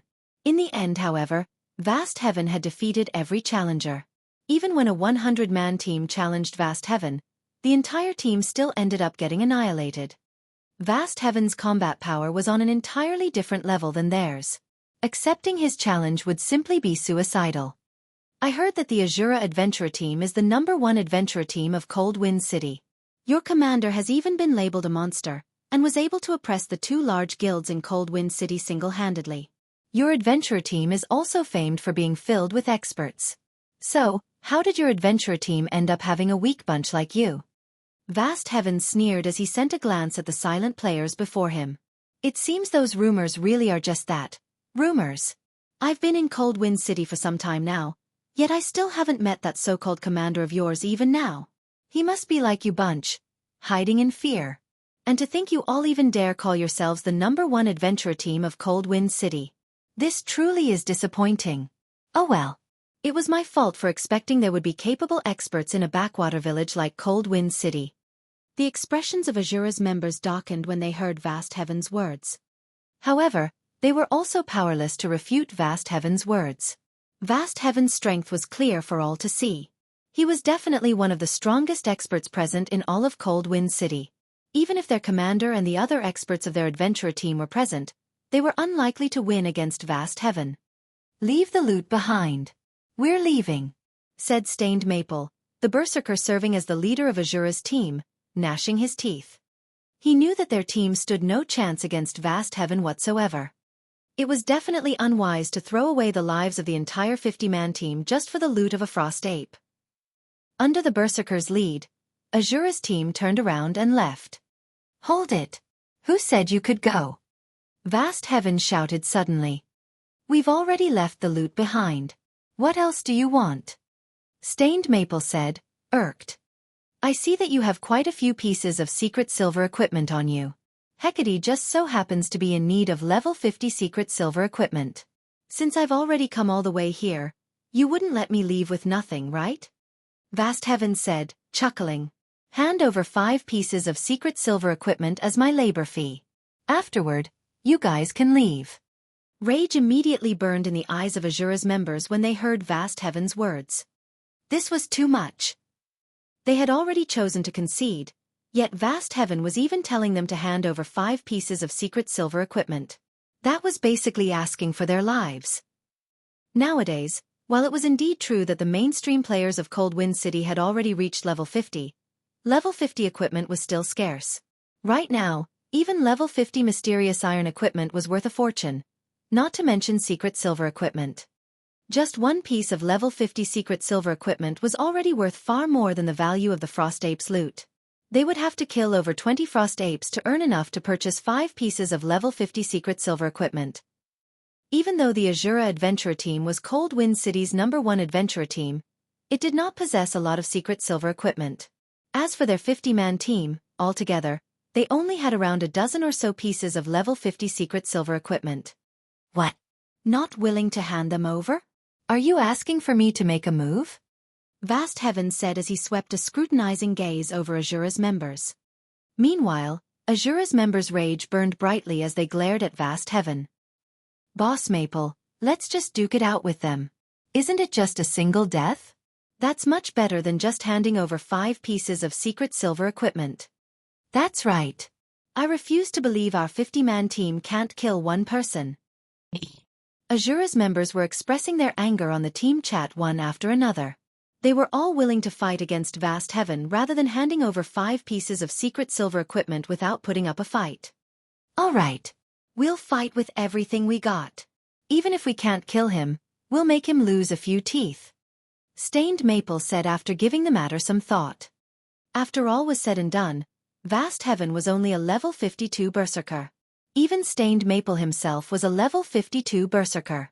The weapons and equipment his team wore were also much stronger than before. Their chances of winning against Vast Heaven were not entirely zero. After Stained Maple agreed, Asura's members all unsheathed their weapons and started encircling Vast Heaven. "You want to make a move?" Vast Heaven could not help but laugh when he saw Stained Maple brimming with fighting spirit. "Good. I just happen to be in need of some practice targets." Saying that, Vast Heaven unsheathed the silver spear hanging on his back. He then charged directly into Asura's team. So fast. Stained Maple could not help but be surprised when he saw Vast Heaven transforming into an afterimage. Despite Vast Heaven being a berserker, he was so fast that even Stained Maple's eyes could not keep up with him. In fact, Vast Heaven appeared to be even faster than Asura's assassins. This bunch from Asura sure is unlucky. The boss has just been promoted to Tier 2 recently, and had been fussing about not having any sparring partners. The boss is amazing. His speed is so high. Before this, the boss was famed for having immense strength. However, back then his speed was lacking. His promotion to Tier 2 just so happens to have made up for this weakness of his. With this, he is most likely unbeatable in Cold Wind City now. Hecate's members started chatting merrily among themselves when they saw that Vast Heaven had already charged into the ranks of Asura's team. Previously, even when Vast Heaven was still a Tier 1 player, he had already managed to make a mess of the Centurion dynasty. Now that he had been promoted to Tier 2, he was definitely invincible in Cold Wind City. Let alone 50 players, even if Asura's team had 100 players, the outcome would still be the same. Seeing Vast Heaven's ridiculous movement speed, Stained Maple immediately commanded the ranged players to start attacking the enemy berserker. He also had the 6 MTs of the team try to surround Vast Heaven as much as possible, preventing the enemy berserker from coming close to the team's ranged DPS and healers. However, Vast Heaven was simply too fast. He was able to easily dodge any spells and arrows that were sent at him. As for the 6 MTs trying to pin him down, they were as slow as turtles before Vast Heaven. Very quickly, Vast Heaven managed to circle the 6 MTs and charged at Asura's healers and ranged DPS. Disappear! Vast Heaven dashed past the melee players that had tried to hinder his path and abruptly jumped into the air. When he was still in the air, he started rotating his spear and creating a storm with it. Immediately after, he slammed his spear down where Asura's healers were standing. Tier 2 skill, Blade Storm. Just when Vast Heaven was about to descend on the healers, however, a crimson light suddenly flew at him. Like a meteor, the crimson light flew at the Tier 2 berserker's defensive blind spot, the frightening power it carried even scorching the air around it into nothingness. However, Vast Heaven quickly noticed the attack and altered his spear's attack trajectory, forcibly cancelling Blade Storm and executing Whirlwind Slash instead. Boom! There was an explosion, and dazzling sparks scattered around Vast Heaven. A powerful shockwave also spread from the point of collision. Like a cannonball, Vast Heaven's body was sent flying over 20 yards away and landed heavily on the ground. Only after taking 6 steps back did he manage to stabilize himself. Each step he took also left behind a deep footprint in the ground. A damage of over -22,000 appeared above Vast Heaven's head, his HP bar decreasing by a significant portion. What's going on? Is there a monster attack? Whether it was Asura's members or Hecate's members, both had incredulous expressions on their faces as they looked at the scene that had just happened. This was especially true for Hecate's members. When they saw Vast Heaven instantly losing over 1/3 of his HP, their eyes nearly fell out of their sockets. Who is it? Who attacked me just now? What's there to be proud about, executing an ambush? If you have the guts, come out and face me directly. Vast Heaven bellowed. Before Vast Heaven finished speaking, 10 people were already walking over from a short distance away.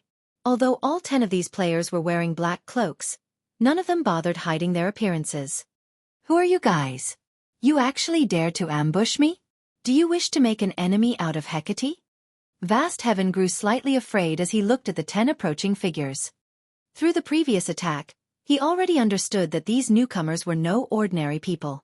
At least in terms of strength, he was no match for the expert that had just attacked him. Who am I? Xueqi smiled. Weren't you looking for Asura's commander? I'm the person you're looking for.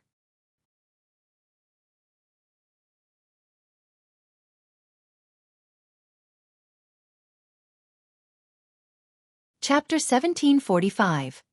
You lack the qualifications. Chapter 1745. You lack the qualifications. You're Asura's commander? Vast Heaven revealed a stunned expression as he watched Xueqi walk towards him step by step. How is this possible? After he had arrived at Cold Wind City, he had heard many things about the Asura adventurer team. Even the guild leader and vice-guild leader of the Matchless family feared them. Originally, he had been eager to challenge Asura's members to a fight. However, the performance of the adventurer team during recent times was simply too disappointing. While it was indeed true that Asura had many expert members, in his opinion, these expert members were no different than amateurs that were not worth him spending energy to fight. After all, he had defeated several experts that were originally ranked in the top 10 of Cold Wind City. These top 10 experts were only slightly stronger than ordinary experts, and were still far from rivaling him in terms of combat standards. As a result, he no longer paid any attention to the Asura adventurer team. In fact, in his eyes, even Cold Wind City's #1 expert was most likely a joke. But now someone had suddenly appeared before him, declaring that they were Asura's commander. Moreover, this person had even managed to push him back using just a single blow. How could he possibly believe the situation to be true? Commander. It's really the commander. Even the vice-commanders are with him. The oppressed Asura members had excited expressions when they saw Xueqi and his team members appear. They never thought that Xueqi's group would actually return to Cold Wind City. Moreover, Xueqi had even managed to send an expert like Vast Heaven flying with a single hit. Ha! So, he is the Asura adventurer team's commander? Didn't they say that Asura's commander brought a group of experts out for an exploration?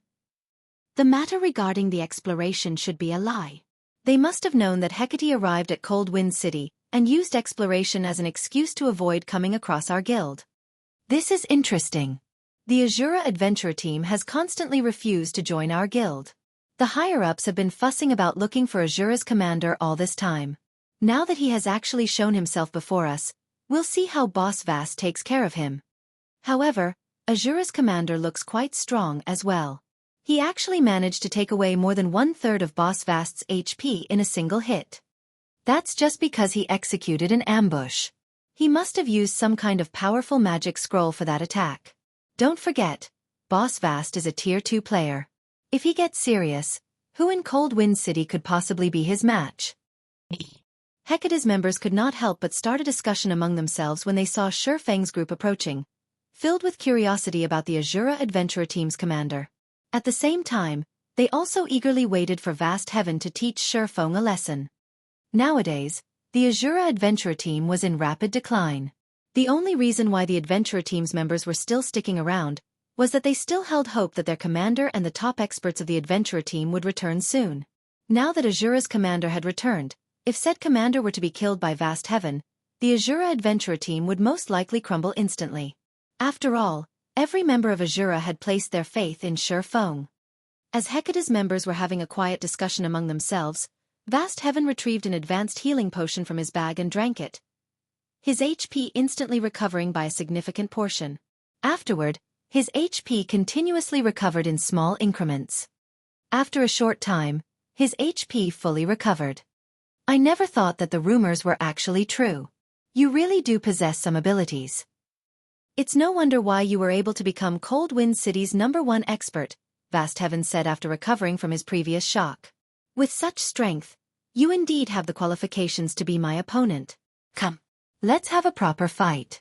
Let me see whether your fame as Cold Wind City's #1 expert is true or not. Vast Heaven's eyes started burning with fighting spirit. From the previous clash, he already understood that Xueqi's strength was ridiculously high. However, in a battle between players, the outcome could not be decided based on just the strength attribute only. You want to witness our commander's strength? I'm afraid you still lack the qualifications to do so. Cleansing Whistle said, clicking her tongue as she looked at Vast Heaven. If you wish to challenge our commander, you'll have to get through me first. Cleansing Whistle stepped forward from the group. Team Leader Whistle, be careful. He is Hecate's Vast Heaven. Previously, even Sky Slicer fell to him, despite being supported by dozens of experts. You mustn't fight him alone. Stained Maple warned Cleansing Whistle in a panic. He knew very clearly just what kind of strength Cleansing Whistle possessed. After all, he was originally a member of the Wave Heart Adventurer team and had joined Asura with Lifeless Thorn and Cleansing Whistle. While Cleansing Whistle was indeed very strong, she should only be roughly equal to the Centurion Dynasty's Sky Slicer. Meanwhile, Vast Heaven was someone who had single-handedly slain Sky Slicer together with dozens of experts from the Centurion Dynasty. Vast Heaven's strength was no trivial matter. It was a feat that even Lifeless Thorn, Cold Wind City's previous #1 expert, was not capable of accomplishing. Stained Maple did not think that the current Cleansing Whistle had any chance of winning against Vast Heaven. In his opinion, only their commander, Xueqi, could possibly contend against Vast Heaven in a one-on-one match. However, Stained Maple's warning was obviously ineffective, since Cleansing Whistle still continued walking towards Vast Heaven. Although Stained Maple wanted to try and stop Cleansing Whistle again, his attempt was hindered by one of Asura's vice commanders, Solitary 9. When Stained Maple turned to look at the rest of Xueqi's group, he noticed that nobody on the team showed any intention of stopping Cleansing Whistle. Instead, they simply took on the attitude of spectators, making it look like this upcoming fight had nothing to do with them whatsoever. This is insane. Every one of them has lost their minds. Stained Maple was rendered speechless by his allies' actions. Despite having clearly stated that even the Centurion Dynasty was powerless against Vast Heaven, Xueqi and the others were actually allowing Cleansing Whistle to go into battle all by herself. This was basically sending Cleansing Whistle to her death. Besides Stained Maple, his team members were also very anxious. Boss Maple, what should we do? The commander and the other higher-ups are refusing to listen to your advice. I heard that Vast Heaven has a special tool that can increase the death penalty of the players he has killed. If he uses that special tool, we don't have a choice. If Cleansing Whistle looks to be getting pushed back, we'll charge in together. Stained Maple said through the team chat as he gritted his teeth. He was determined that he would not let Cleansing Whistle die. Currently, the Asura Adventurer team was in a precarious situation and in urgent need of powerful experts to take charge of it. Meanwhile, Cleansing Whistle was one of the top 10 experts in the Adventurer team. The Adventurer team could not afford to let her get killed and lose multiple levels. The other members in Stained Maple's team nodded in agreement. Meanwhile, seeing Cleansing Whistle slowly walking towards Vast Heaven, Hecate's members started making a clamor. Who is this lady? She actually dares to challenge Boss Vast. Boss, let us take action. We'll teach this little girl a proper lesson. Asura's members sure are arrogant. Hecate's members were greatly displeased with Cleansing Whistle's arbitrary decision to take Xueqi's place in battle. They all wanted to charge forward and kill Cleansing Whistle now. You're going to fight me? You sure know how to speak bold words. Vast Heaven could not help but laugh as he looked at Cleansing Whistle's slender figure. I know who you are. You're the 6th ranking expert of Cold Wind City, right? However, even the ones ranked above you failed to last more than 10 moves against me. How many moves do you think you can possibly last against me? He was filled with feelings of ridicule as he watched Cleansing Whistle walking towards him. Even before he had completed his Tier 2 promotion, he had managed to defeat experts ranked higher than Cleansing Whistle with great ease. Now that he had reached Tier 2, he could easily defeat those experts in just 2 or 3 moves. After all, the difference between tiers was massive. You sure speak a lot of nonsense. Or are those your last words? Cleansing Whistle replied in annoyance. Die! Vast Heaven shouted in rage. He readied his spear and activated charge, his body transforming into an afterimage as he instantly arrived before her, although she stood over 20 yards away. He then thrust his spear, sending 8 rapid jabs at Cleansing Whistle's defensive blind spots. Tier 2 skill, Star Piercer. The combination of a Tier 2 skill's power and his strength attribute meant each one of his jabs carried strength rivaling that of a great lord of the same level. Just as the 8 streaks of silver light were about to come into contact with Cleansing Whistle, the female swordsman brandished her 2 swords. They created multiple arcs of light before her. Tier 2 skill, Split Flash. Dang, dang, dang. When swords and spear collided, sparks scattered into their surroundings. The sounds of miniature explosions also rang out one after another. In the end, not only did Cleansing Whistle block all 8 spear jabs, but she even managed to force Vast Heaven to retreat 3 steps, damages ranging in the hundreds appearing above the berserker's head in succession. In contrast, Cleansing Whistle remained standing steadily in her original position, her HP still completely intact. Although both sides had only clashed once with each other, the difference in strength was already clear for all to see.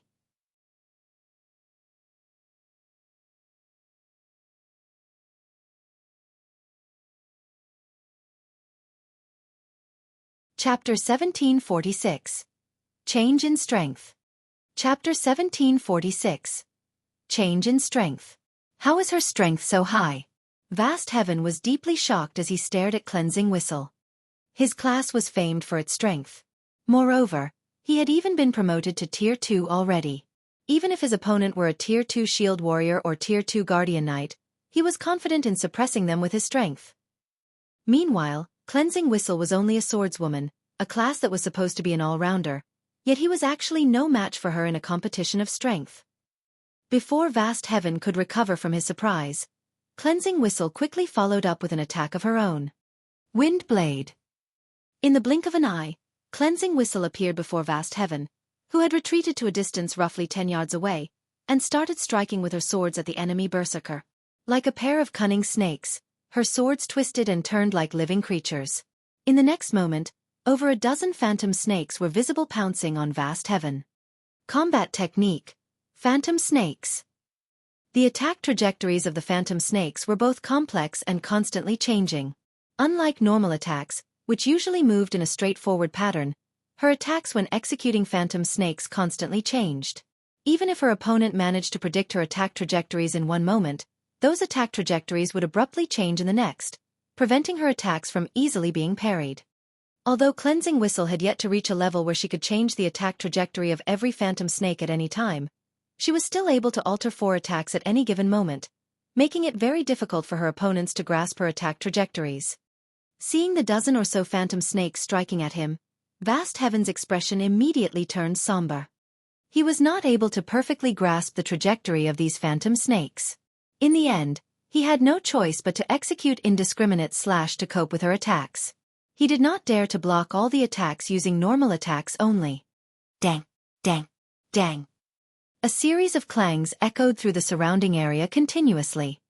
Even though Vast Heaven was able to execute over 20 attacks with indiscriminate slash, with his strength even enhanced by the skill, both he and Cleansing Whistle ended up taking 3 steps backward after clashing. How is this possible? The spectating members of Hecate could not help but gape in shock. The Hecate members present were all elites and experts. They knew that, although it appeared that Vast Heaven and Cleansing Whistle had come out as equals during that clash, in reality, Vast Heaven was at a disadvantage. Indiscriminate slash was a sure kill skill of the Berserker class. Yet, even after using a sure kill skill, Vast Heaven was only able to end his clash with Cleansing Whistle with a draw. Meanwhile, Cleansing Whistle hadn't even used any skills during the previous attack. One could easily imagine what kind of outcome would result from a normal clash. Looking at Cleansing Whistle again, an indescribable sense of fear sprouted in the hearts of Hecate's members. Vast Heaven was a bona fide Tier 2 Berserker. His combat standard ranked at the top of Hecate. Yet, he was actually being overwhelmed by a player from some backwater city. If they were to tell this matter to the other experts of Hecate, their words would most likely be treated as a joke. At this moment, let alone Hecate's spectating members, even Vast Heaven himself was looking surprised and confused. He could not understand just how Cleansing Whistle could be so powerful. How is this possible? I'm a Tier 2 Berserker. At this moment, the composure Vast Heaven had before had completely disappeared. In fact, he could feel death looming over him already. Wasn't she the 6th-ranked expert of Coldwind City? How are her basic attributes and combat standards so high? Meanwhile, Stained Maple and the other members of Asura watching from a short distance away were similarly dumbfounded by this outcome. How did Cleansing Whistle become so powerful? When Stained Maple saw Cleansing Whistle suppressing Vast Heaven with ease, he could not help but think he was hallucinating. He had a very clear idea of Cleansing Whistle's previous strength. Although she was indeed stronger than him, the gap between them was minor. However, the Cleansing Whistle he looked at right now was like a completely different person. Whistle's grasp over phantom snakes is still too shallow. If she could grasp it completely, she could have taken away at least 50% of that Berserker's HP with that attack just now, Lifeless Thorn stated idly. Solitary 9 and the others in the team also nodded in agreement. Currently, Cleansing Whistle was geared in the level 50 Fine Gold ranked magic light set. As for the weapons she was wielding, one was a level 50 Fine Gold longsword, and the other was a level 50 Epic Growth type longsword. On the other hand, Vast Heaven was only geared in level 50 Secret Silver equipment. The difference in equipment standards between the two of them was massive. It was only normal for her to overwhelm Vast Heaven. Moreover, after leaving the Ice Crystal world, Cleansing Whistle had also traveled around the continent of God's domain and challenged all sorts of experts. After the training provided by Zero Wing, Cleansing Whistle, who was originally close to reaching the half-step refinement realm, had now fully set foot into the refinement realm standard. Her combat standard was only slightly inferior to Vast Heaven, someone who was a veteran refinement realm expert. However, with the advantage she had in terms of attributes, she could easily make up for this minor difference. As for the Phantom Snake's combat technique, it was one of the combat techniques Zero Wing had acquired from the primordial divine ruin. Although it was only a basic combat technique, its power definitely allowed it to rank among the top of basic combat techniques. To improve their strength, Xueqi had decided to let Cleansing Whistle and the rest of them learn some suitable combat techniques in exchange for having them owe the Asura adventurer team some contribution points. If Cleansing Whistle could fully grasp Phantom Snakes, with her powerful attributes, it would definitely be possible to shave away half of Vast Heaven's HP in a single attack. Taking away half of Vast Heaven's HP with a single attack? When Stained Maple heard Lifeless Thorn's words, he suspected he was hearing things. This was Vast Heaven they were talking about. The Berserker was someone capable of going up against dozens of experts from the Centurion dynasty all by himself. Yet, in the eyes of Lifeless Thorn's group, such an expert was like an ordinary player one could find anywhere on the street. Just as everyone was feeling shocked by the strength Cleansing Whistle had displayed, Cleansing Whistle immediately altered her footwork after stabilizing herself. She transformed into multiple afterimages, making it look like there were 5 copies of her as she dashed towards Vast Heaven. Combat technique, Residual Steps. Similar to Phantom Snakes, Residual Steps was also a combat technique acquired from the primordial divine ruin. It was a special footwork technique that relied on afterimages to confuse one's opponent. Footwork-type combat techniques were capable of improving a player's combat power significantly. In terms of value, a basic footwork-type combat technique was equivalent to an advanced offensive or defensive combat technique. When one was fighting against an enemy of roughly equal combat standards, a footwork-type combat technique allowed one to take the initiative in battle. It was something crucial in a battle between experts. At the end of the day, Vast Heaven was only a refinement realm expert. As a result, he was not able to fully grasp the movement patterns of all 5 copies of Cleansing Whistle. When Cleansing Whistle was close to reaching him, he had no choice but to make a powerful stomp on the ground. Thunderclap. The ground around Vast Heaven trembled and shattered, preventing Cleansing Whistle from executing residual steps properly. As a result, her afterimages disappeared, and her real location was revealed. Die! Seeing an opportunity to strike, Vast Heaven immediately used his strongest Tier 2 skill, Death Charge. Vast Heaven's body increased in size, instantly becoming a 3-meter-tall giant. He raised his silver spear and stabbed it at Cleansing Whistle. Death Charge was a sacrificial skill that sacrificed 40% of his maximum HP to execute a charging assault on a target within 50 yards ahead of him. While the skill was in effect, it increased his movement speed by 150%, strength by 100%, and damage dealt by 500%. In the next moment, the ground beneath Vast Heaven's feet shattered. The Berserker transformed into a blur as he charged at Cleansing Whistle. Just as Vast Heaven was about to reach Cleansing Whistle, the latter suddenly swapped out the level 50 fine gold longsword in her right hand and replaced it with a tattered longsword engraved with silver divine runes. She swung the tattered longsword at Vast Heaven. Just as the tattered longsword was about to collide with Vast Heaven's spear, the silver runes engraved on the longsword lit up brightly. Boom! There was an explosion, and the ground beneath the point of impact shattered. Contrary to expectations, Cleansing Whistle did not get sent flying. In fact, she was still standing steadily in her original position. On the other hand, Vast Heaven's charge had stopped abruptly. He took 3 steps back involuntarily, the spear in his hands trembling visibly. His body had also fallen into a complete paralyzed state for a brief moment. Vast Heaven was thoroughly dumbfounded by this outcome. He failed to understand what Cleansing Whistle had just done, actually overwhelming his strongest attack.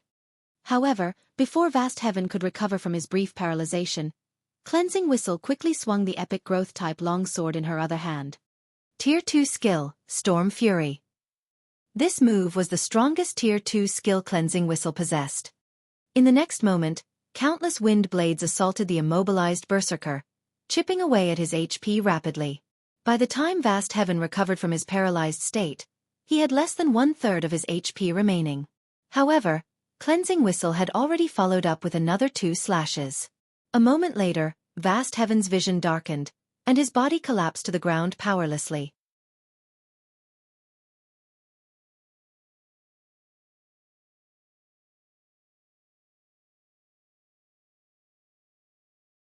Chapter 1747. King Returns. Chapter 1747. King Returns. As Vast Heaven's body transformed into particles of light and disappeared from the snow-covered field, an exquisite pair of silvery gray arm guards took the berserker's place. Before the spectating crowd could recover from their daze, Cleansing Whistle collected the arm guards and stored it in her bag. She then shifted her gaze towards Hecate's army. "Who else wants to duel?" Cleansing Whistle asked with a faint smile as she glanced at Hecate's members. She had just acquired a piece of level 50 secret silver equipment by killing one player.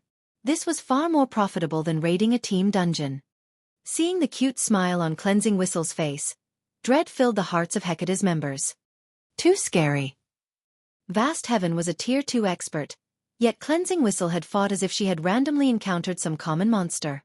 Not only had she dealt with the Tier 2 berserker so easily, but she had also killed him in an instant. This was a Tier 2 player they were talking about. Even if Cleansing Whistle were also a Tier 2 player, there shouldn't be such a huge difference between her and Vast Heaven. Moreover, a Tier 2 berserker had even more HP than a Tier 1 metric ton of the same level. Yet, Cleansing Whistle had. Faced with such power, who would possibly dare challenge Cleansing Whistle to a duel? Hecate's members remained silent for a time. Meanwhile, Stained Maple and his companions were ecstatic once they snapped out of their daze. Hecate had constantly suppressed their adventurer team in Coldwind City, so watching Cleansing Whistle kill Vast Heaven, one of Hecate's top fighters, was truly a joy to behold. Amazing! So, this is the effect of the special training the commander had mentioned? Stained Maple could not help but shift his gaze towards Xueqi, astounded. When Xueqi had first established the Asura adventurer team, he had stated that as long as they were willing to work hard, he would help them grow stronger. He had assumed Xueqi's claim was merely a boast. Now, however, it would seem that Xueqi had told the truth. The man really had a way to make them stronger. Moreover, the improvement wasn't insignificant. Take Cleansing Whistle, for example. Compared to the last time he had seen her, when she had still been a member of the Waveheart adventurer team, she was like an entirely different person. However, the increase in her strength wasn't limited to her basic attributes. He could also tell that Cleansing Whistle's combat standards had undergone a qualitative transformation. When Stained Maple looked at Cleansing Whistle now, he felt a mental pressure similar to Lifeless Thorn's previous aura. Only, this pressure was not as intense Lifeless Thorn's. When Stained Maple thought about how Cleansing Whistle had grown so much stronger after leaving with Xueqi, passion and anticipation rose within him. He knew that Vast Heaven held a high position in Hecate. Although he had no hope of reaching Cleansing Whistle's current standard, as long as he became as strong as Vast Heaven, he would qualify to look down on the various large guilds. Meanwhile, when the distant spectating independent players saw Vast Heaven die, their jaws hit the ground. He died. Vast Heaven actually died. Who is that woman? I know her. She's Cleansing Whistle. She used to be the 6th strongest player in Coldwind City. The 6th strongest player? Are you kidding me? Vast Heaven has defeated 2 players who ranked higher than Cleansing Whistle by himself. Even if Cleansing Whistle has become significantly more powerful in such a short time, she shouldn't be able to kill Vast Heaven so easily, right? As the spectating crowd watched Cleansing Whistle, they started to research the woman. However, what they learned shocked them. Vast Heaven was a berserker, while Cleansing Whistle was a swordsman. Normally, berserkers had an absolute advantage in terms of strength in a melee battle against swordsmen without the involvement of skills. Thus, in a one-on-one confrontation, berserkers were far stronger than swordsmen. Yet, when Cleansing Whistle had fought Vast Heaven, she had suppressed the enemy berserker from start to end. This proved that the woman wore higher quality equipment than Vast Heaven. But what surprised them most was the improvement speed of Cleansing Whistle's combat standards. Before joining the Asura Adventurer team, Cleansing Whistle's combat standard had only been slightly higher than independent experts like themselves. However, the combat standard the woman had just displayed was clearly far superior to theirs. The combat technique Cleansed Whistle had just employed, in particular, had seemed like some kind of skill or spell. They had never seen such mystifying combat techniques before. No one would believe that Cleansed Whistle had hidden her strength before she had disappeared.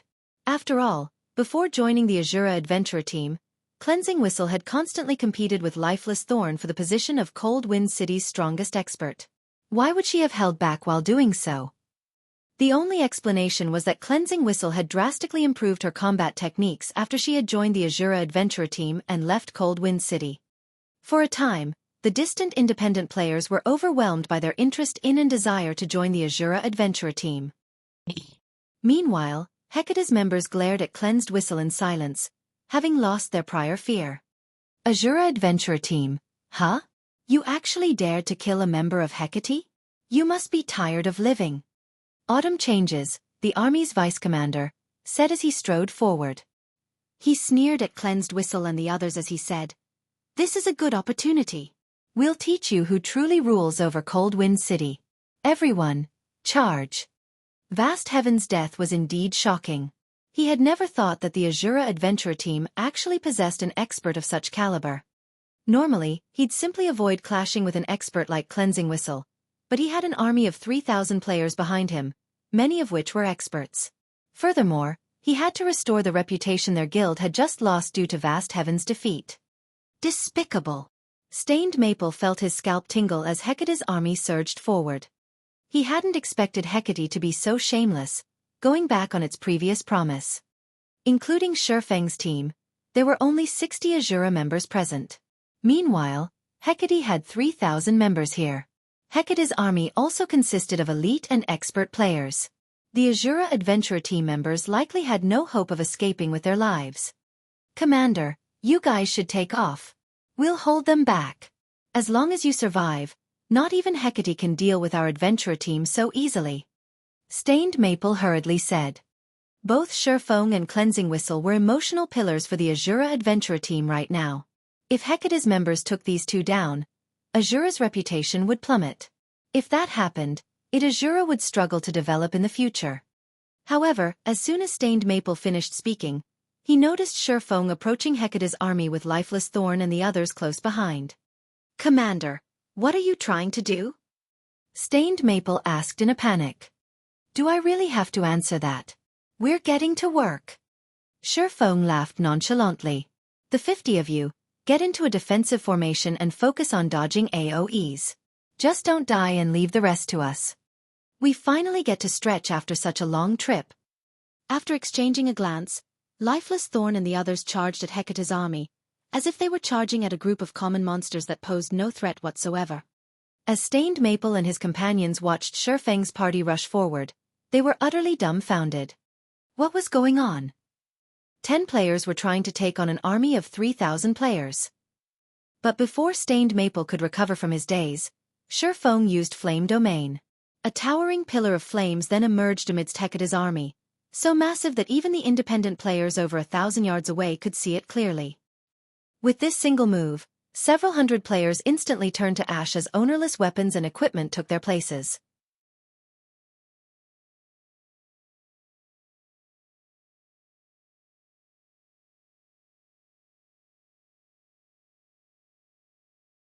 Chapter 1748.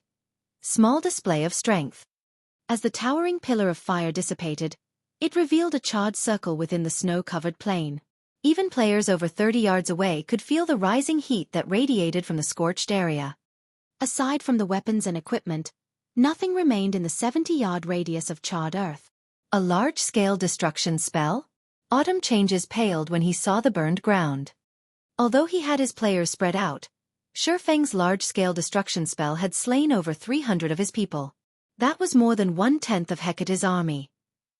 The players that had just died were all experts and elites from Hecate. This was the first time the guild had suffered such a devastating loss since Hecate had arrived in Cold Wind City. They'd need an astronomical amount of resources to recuperate from this.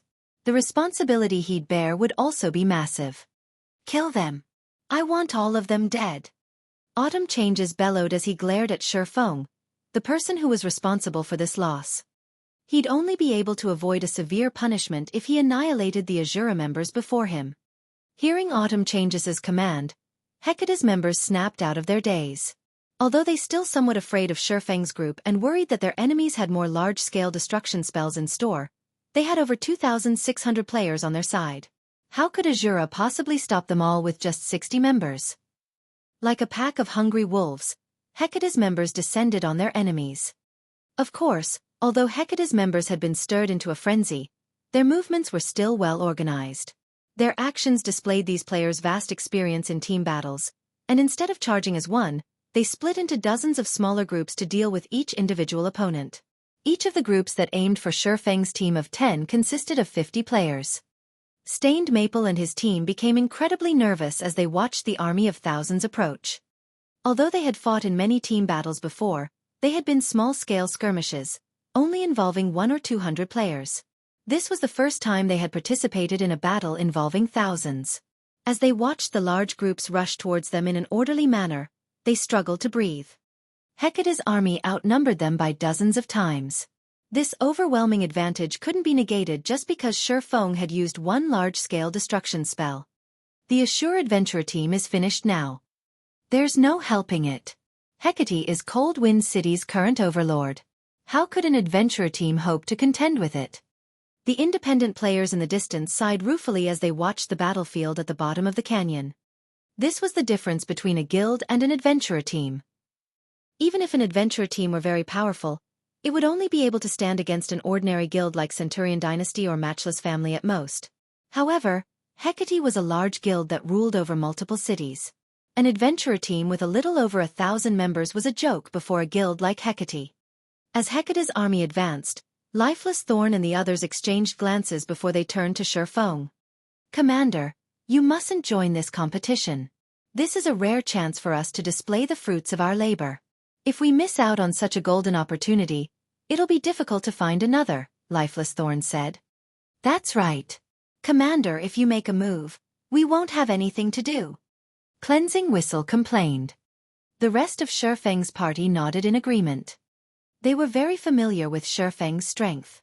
After the battle on Thunder Island, in particular, they had learned just how vast the world truly was. All of the players that had participated in the struggle for Thunder Island had been experts among experts. Refinement Realm experts had been a dime a dozen, yet Xueqi had slaughtered everyone that had stood in his path. No one had possessed the power to stop his rampage. A couple of thousand elites and ordinary experts were not even worth Xueqi's time. Meanwhile, they had just recently completed their Tier 2 promotions and had yet to test out and familiarize themselves with their newfound strength. A battle of thousands of players was the best practice ground for them. Fine, I won't attack, but you better take care of this quickly. Stained Maple's group won't be able to hold on long, Xueqi said, sighing. He had wanted to trample over Hecate's army with overwhelming strength, which would have made it easier to expand the Asura adventurer team in Cold Wind City. That way, he would have had more players to help him with his quest. After all, the soul-dissolving flower he needed was extremely rare. Without sufficient manpower, searching for the flower would be nigh impossible. Commander, rest assured, we'll make sure to end the battle before Stained Maple's group starts to falter, Lifeless Thorn. His eyes glowing with excitement as he turned to the approaching Hecate members. Shortly after completing his Tier 2 promotion, Xueqi had suddenly called for them to gather for a trip back to the Ice Crystal world. He hadn't even had the chance to experience the power of his Tier 2 class. After reaching Tier 2, his physique had improved significantly. This would no doubt affect his execution of skills and combat techniques, and he would need to fight in many battles before he got used to the new changes. He could also use this chance to try out new combat methods, which he hadn't been able to use with his previous physique. After saying so, Lifeless Thorn eagerly raised his spear and dashed towards Hecate's forces, which were still over 100 yards away. The rest of the team also advanced, but instead of moving as a unit, they split up and rushed at different sections of the enemy army.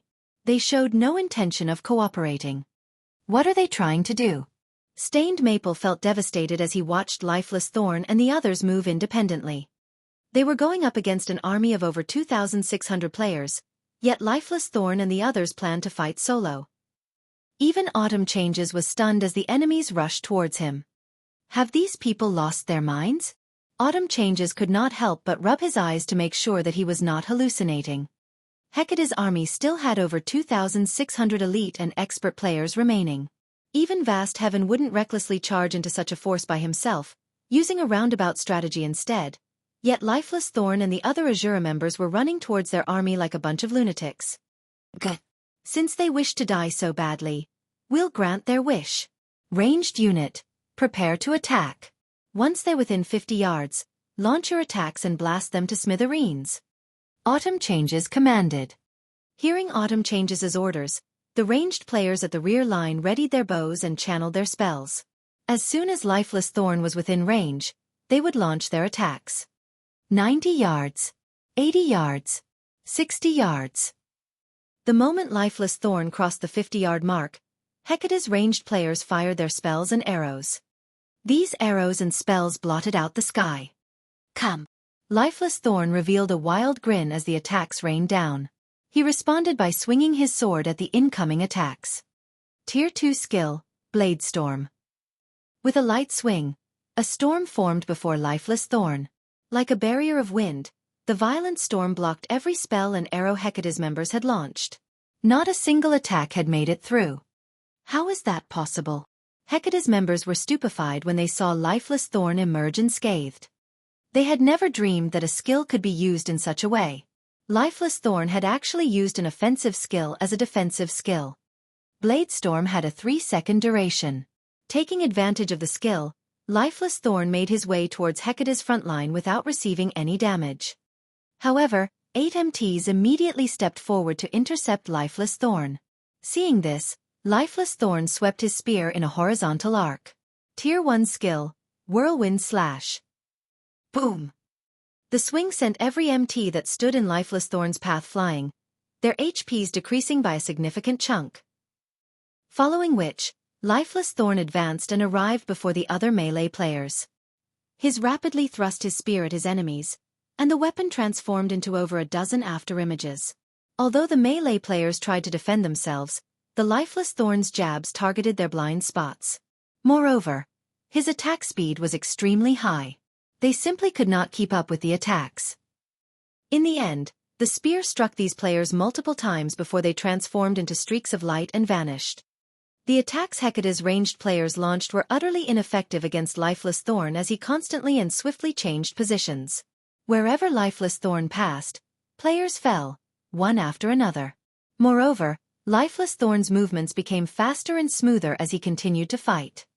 Solitary 9 and the others had also charged into Hecate's ranks by this point. Although their performance was not as violent as Lifeless Thorn's, they were just as unstoppable. Whenever they used a Tier 2 skill, they instantly killed 10 or more players.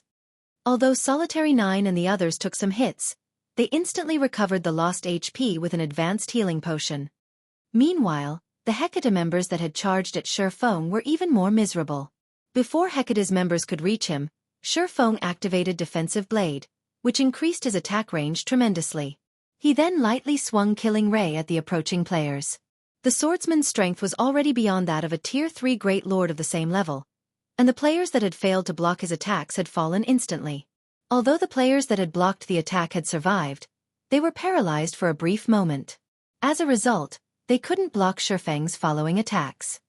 At this moment, the difference in tiers and attributes could not be more obvious. Asura and Hecate's members were on an entirely different level. How is this possible? Autumn Changes was racked with confusion as he watched this happen. With just 10 members, the Asura adventurer team had rendered Hecate's 3,000-man army utterly helpless. Just who are these people? Before even 1 minute had passed, Hecate's army had lost an additional 800 or so players. In contrast, Xueqi's group of 10 had yet to suffer a single casualty. It's about time we end this battle. Seeing that the enemy's morale had plummeted, Xueqi pulled out the Bible of Darkness and activated demon summoning. Immediately, A massive gate of white bone descended from the sky. As the gate opened, a 5-meter-tall, dual-horned, pitch-black demon emerged.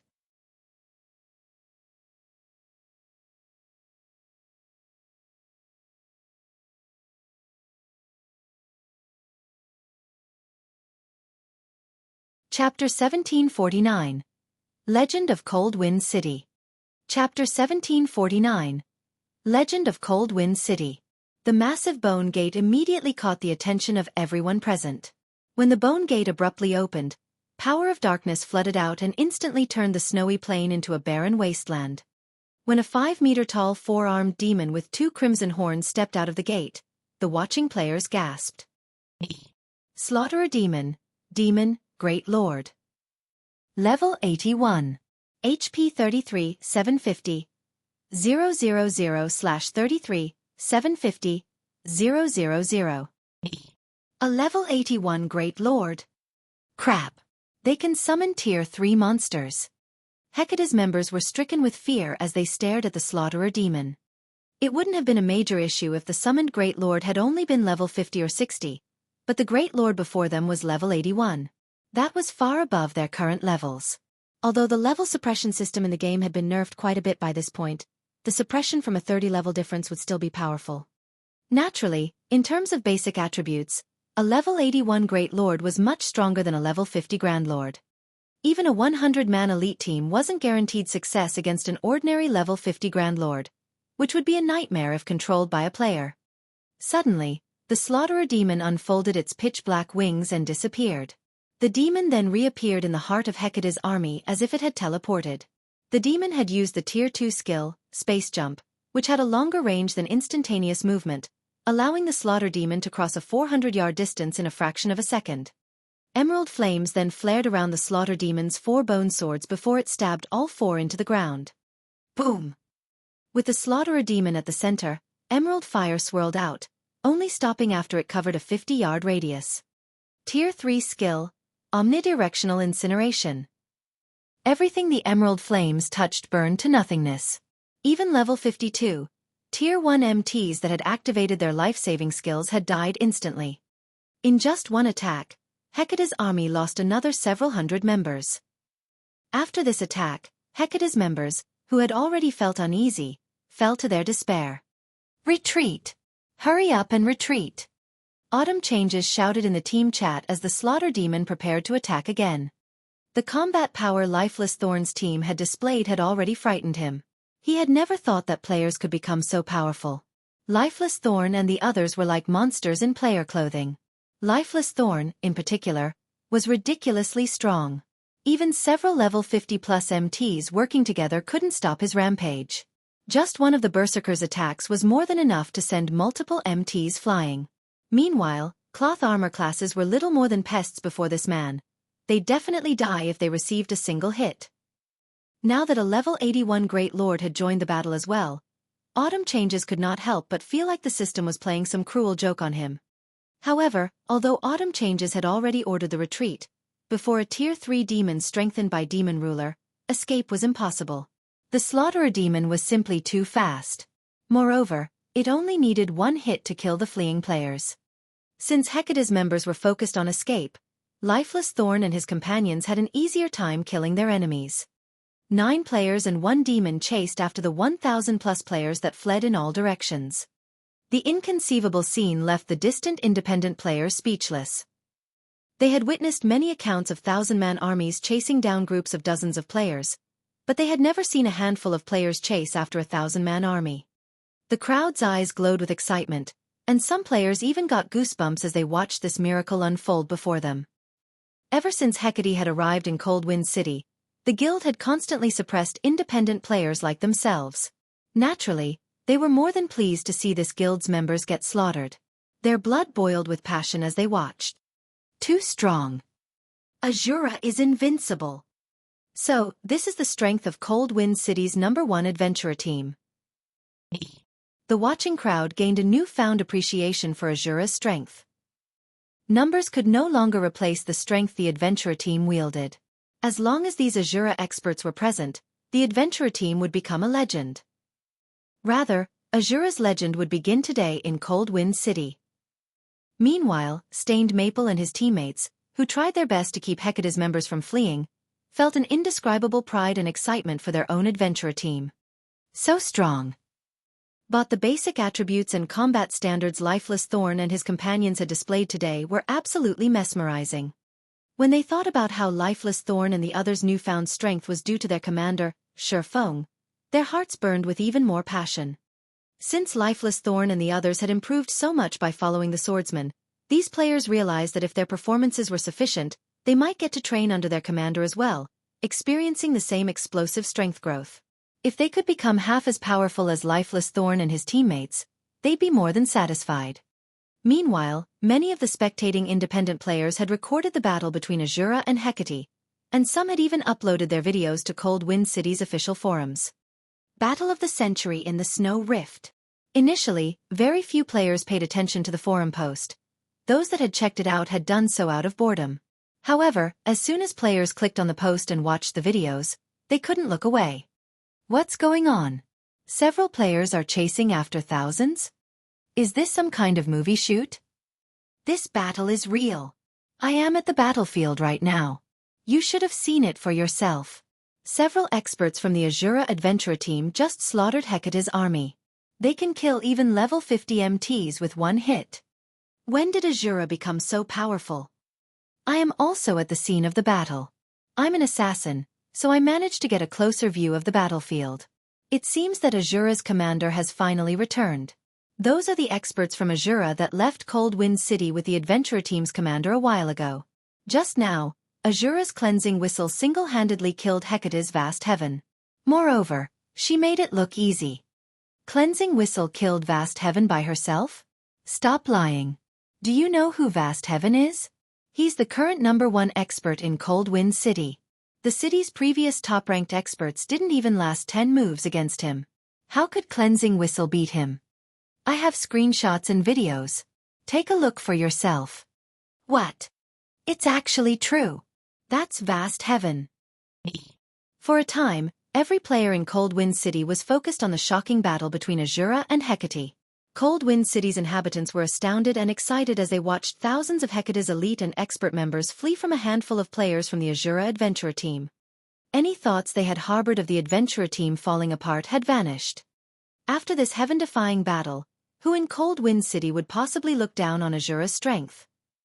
At the same time, Asura was fated to become a legend in Cold Wind City after this battle.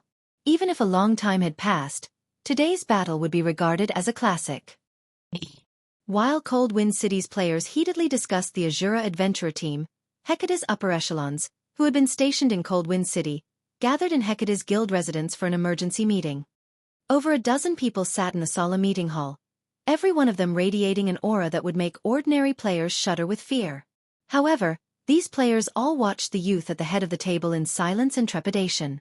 This youth wore a particularly gloomy expression, and even the temperature of the air around him had dropped due to his aura. Speak.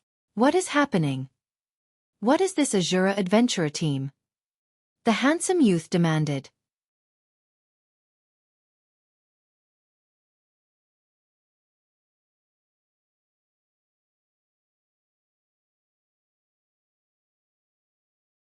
Chapter 1750. Establishing an Adventurer Alliance. Chapter 1750. Establishing an Adventurer Alliance. Inside the silent hall, the handsome man's shout immediately made Hecate's upper echelon tremble involuntarily. Although they were part of the upper echelon of Hecate and possessed great individual strength, when facing the handsome man before them, they instinctively felt a sense of awe towards him. The reason for this was the identity of the male youth before them. He was none other than Carnage, the player nicknamed Hell Knight, who was also one of Hecate's vice guild leaders. Although Carnage was baby-faced, in reality, he was already over 40 years old, much older than they were. Moreover, he had worked as a mercenary and was nicknamed the God of Death. It was no exaggeration to say that a large part of Hecate's current success was due to Carnage. Moreover, Carnage was also the head instructor for Hecate's internal training program, and every one of them present inside the meeting hall right now had actually received his tuition. Even Vast Heaven owed the strength he had today to Carnage's tutelage. Meanwhile, the training they had undergone was akin to going through hell. Hence, they knew exactly what kind of personality Carnage had. Normally, he didn't lose his temper easily. When he did get angry, however, it was like hell descending on the world. And right now, they could sense that he was furious. However, his reaction was only natural. Of the 3,000 elite and expert members the guild had sent to the Snow Rift, over 2,000 had gotten killed. Even when Hecate went to deal with the Centurion dynasty, it had not suffered such a staggering loss. Yet now, the guild had sustained such casualties just because of 10 players. The guild used tons of resources to nurture its elite and expert members. After opening up the path to Cold Wind City, it had sent only 1,000 expert players over. Only after arriving at Cold Wind City and annexing the entire Matchless family did Hecate's guild member count in Cold Wind City skyrocket, the number of elite and expert members breaching 10,000. Meanwhile, among the 3,000 players Vast Heaven had brought to the Snow Rift, nearly 400 were the guild's original expert players. And among the 2,000-plus players that were killed, 300-plus were these original experts. The equivalent to losing more than one-third of the total number of experts Hecate had in Cold Wind City. This was a massive loss. The levels lost was one thing. The crucial point was the weapons and equipment lost. In the Ice Crystal world, guild elites and experts relied mainly on lifestyle players for their weapons and equipment.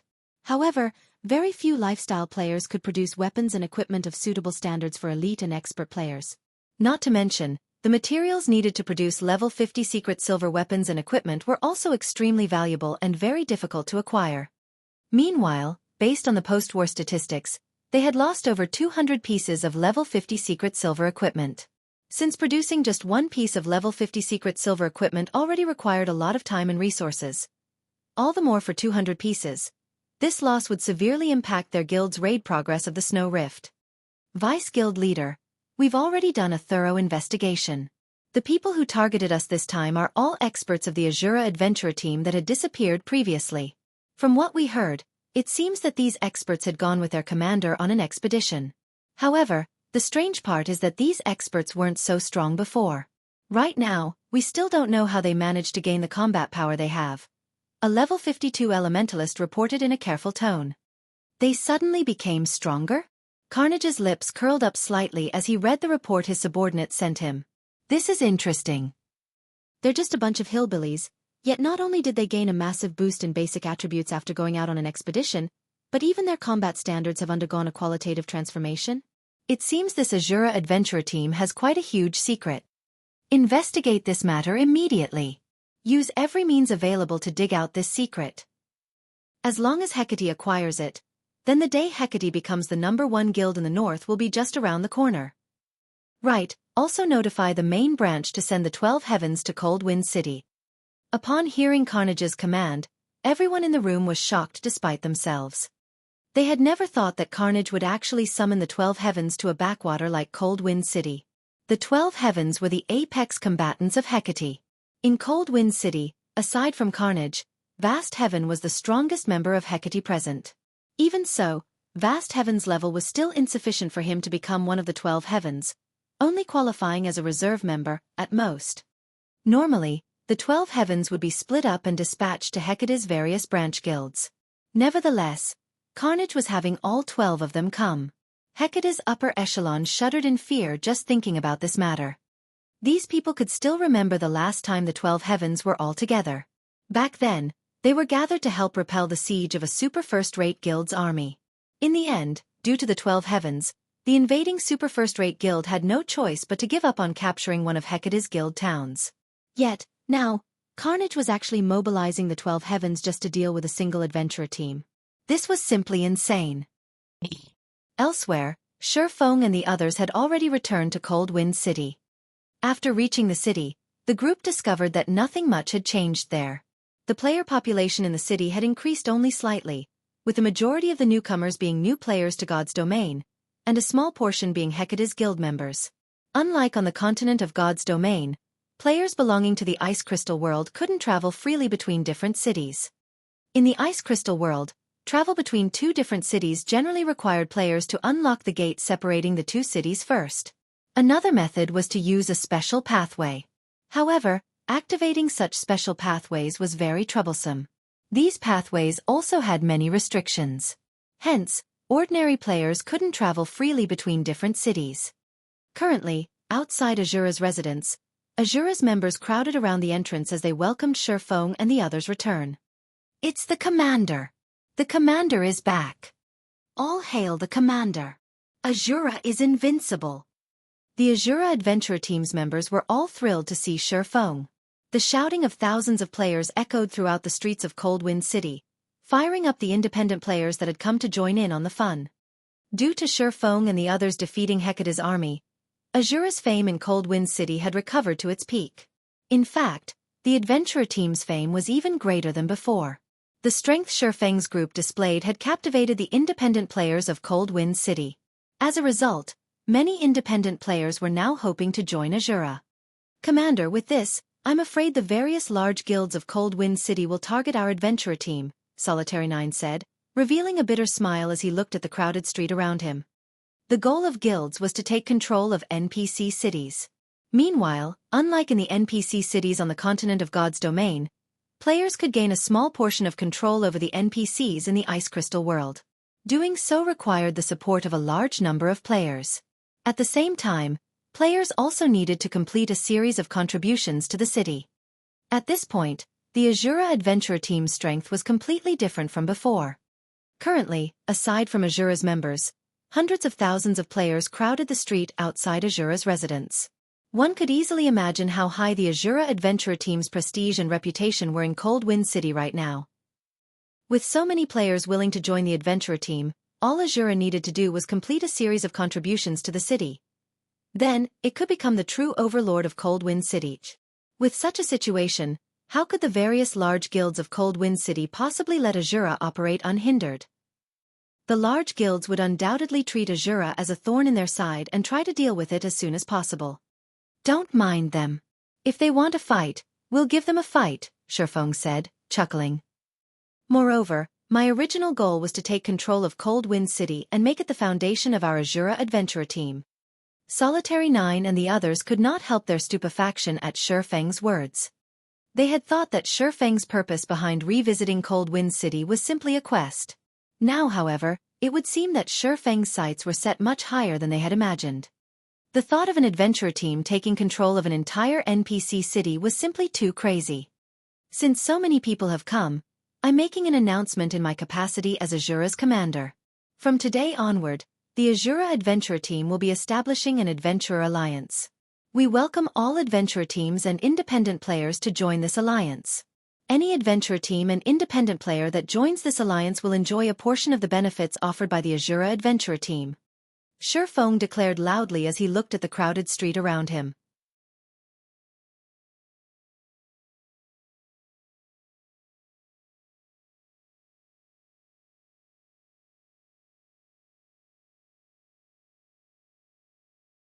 Chapter 1751. Future Help. Chapter 1751. Future Help.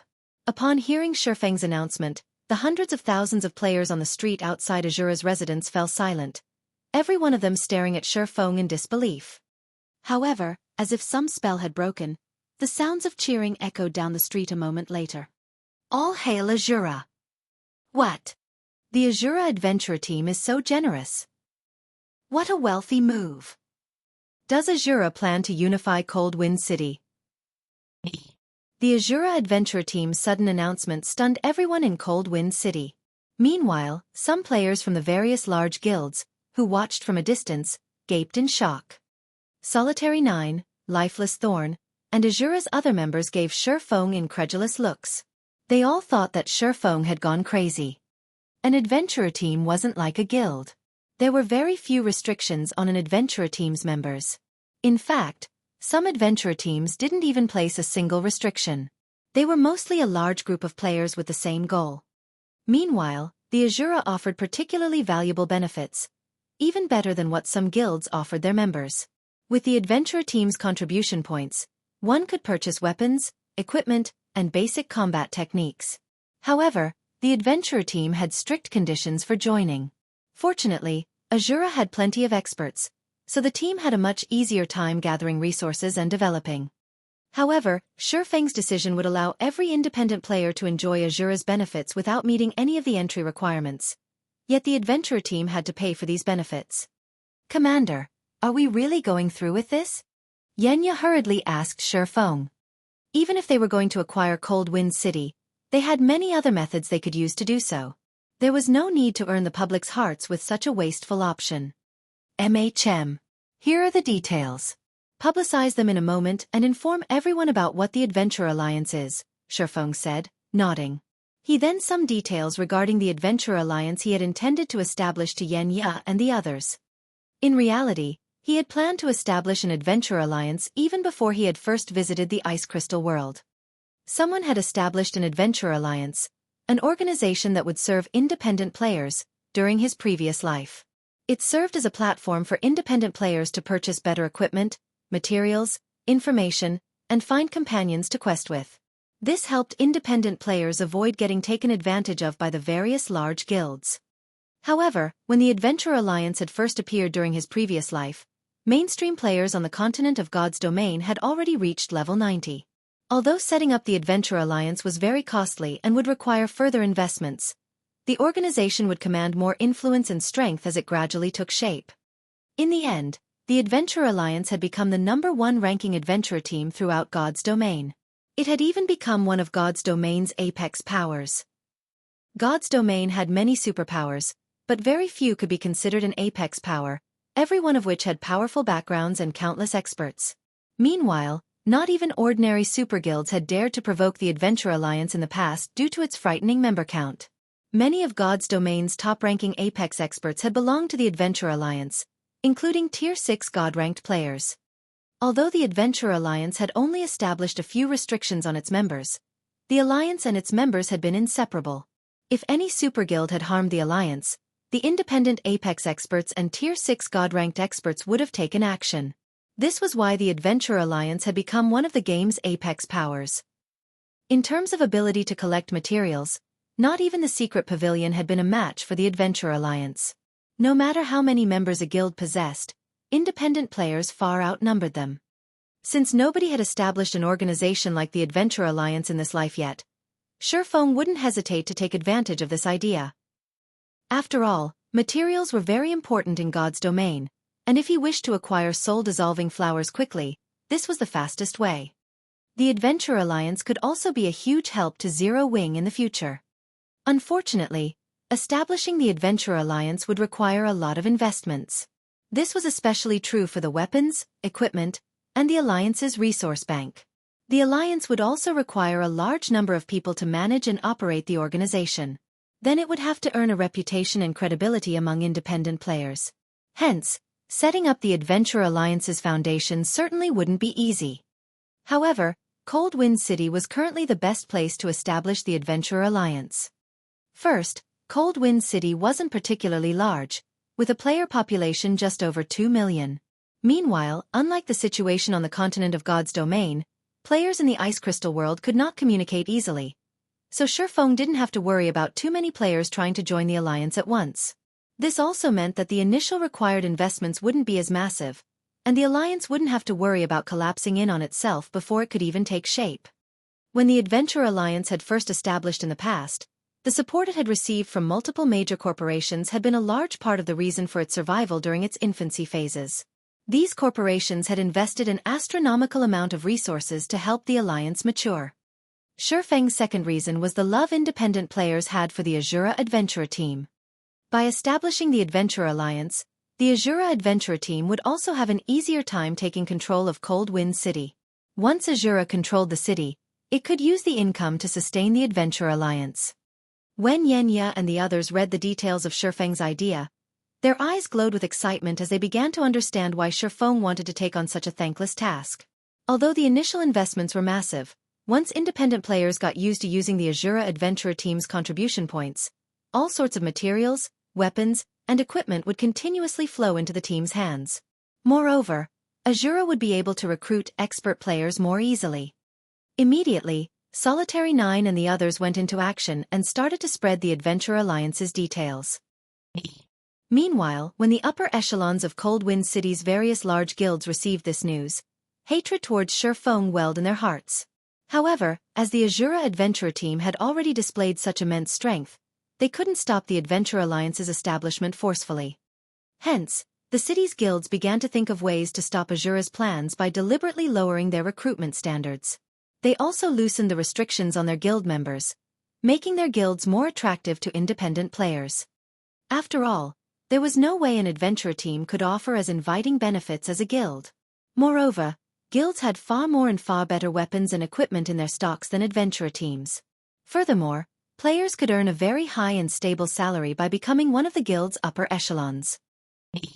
Meanwhile, in Hecate's residence in Cold Wind City, this Asura adventurer team is quite ambitious. Like the other guild's upper echelons, Carnage was surprised when he received news of the Adventurer Association. He had never thought that the Asura adventurer team would be so enthusiastic to grow. However, he revealed a sneer as he said, "It's a pity that your efforts will go to waste. Notify our subordinates and tell them to lower the exchange rates for Hecate's weapons and equipment. However, keep the original exchange rates for any player that's related to the Asura adventurer team in any way." Hecate also began to hasten its exploration of the Snow Rift. Having a large number of guild members simply wasn't enough to rule over Cold Wind City. An organization also needed to make sufficient contributions to the city. Elsewhere, Xueqi focused on producing all kinds of weapons and equipment in preparation for the Adventure Alliance's establishment. After being away from Cold Wind City for some time, the Asura adventurer team had collected plenty of rare materials. It had even acquired 45 ice crystal fragments. Other lifestyle players might find it difficult to produce level 50 secret silver and fine gold equipment, but to Xueqi, who had long since become a master forger, it wasn't a problem. Moreover, he had the assistance of a Tier 3 mysterious flame and the Forging Association's special mana forging room to increase his forging success rate. While Xueqi forged level 50 fine gold equipment with the forging designs he had purchased from the Forging Association, he had Lifeless Thorn and the others raid the Snow Rift's bosses and collect materials and ice crystal fragments.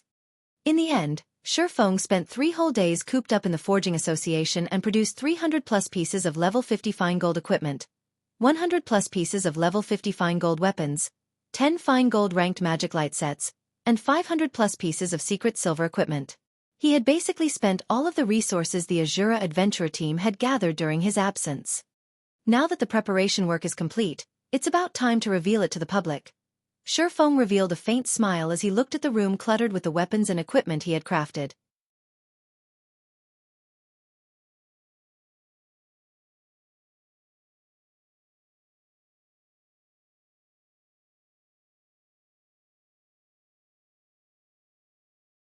Chapter 1752.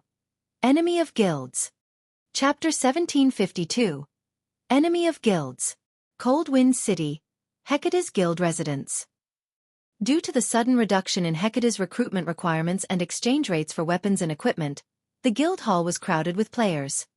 Most of these players had been independent players, and all of them traded rare materials for level 50 weapons and equipment. Vice Guild Leader, since we lowered the exchange rates, we've seen twice as many players come to purchase our weapons and equipment. Moreover, these players are all at the elite standard and above.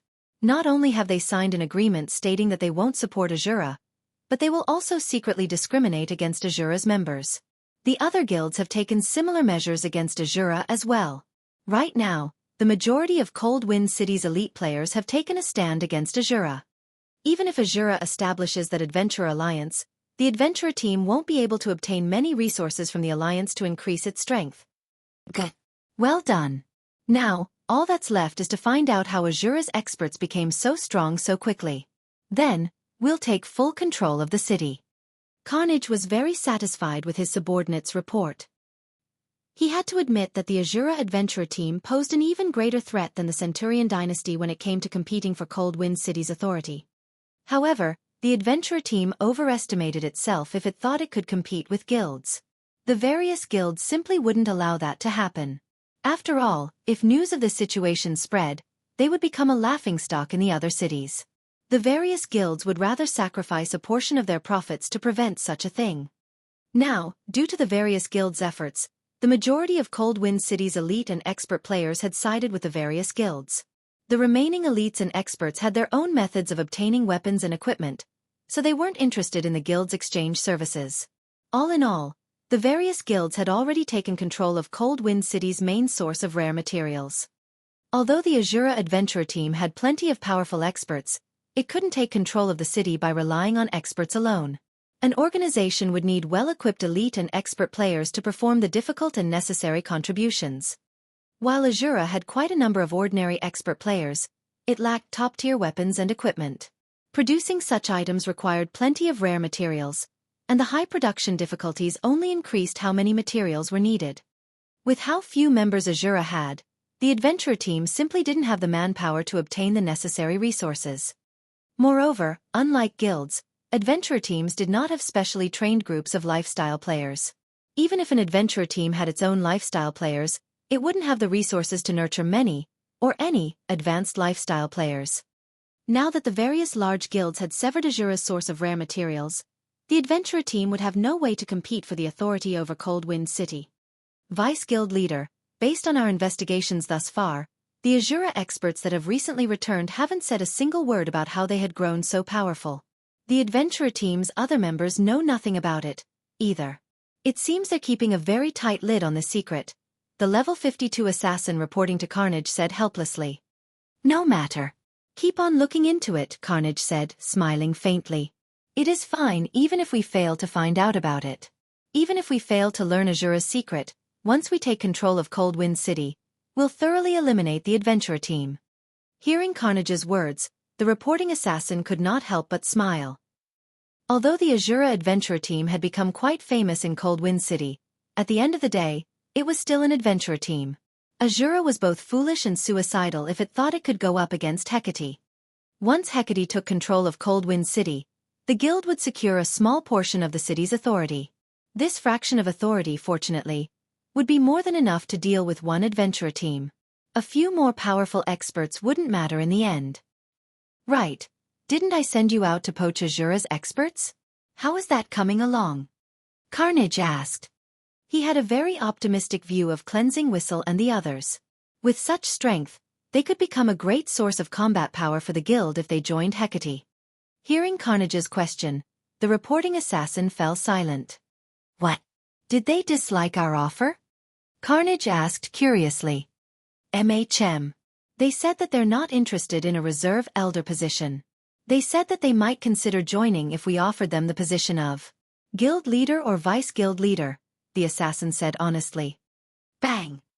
Carnage slammed his fist on the office table before him, shattering it when he heard the assassin's reply.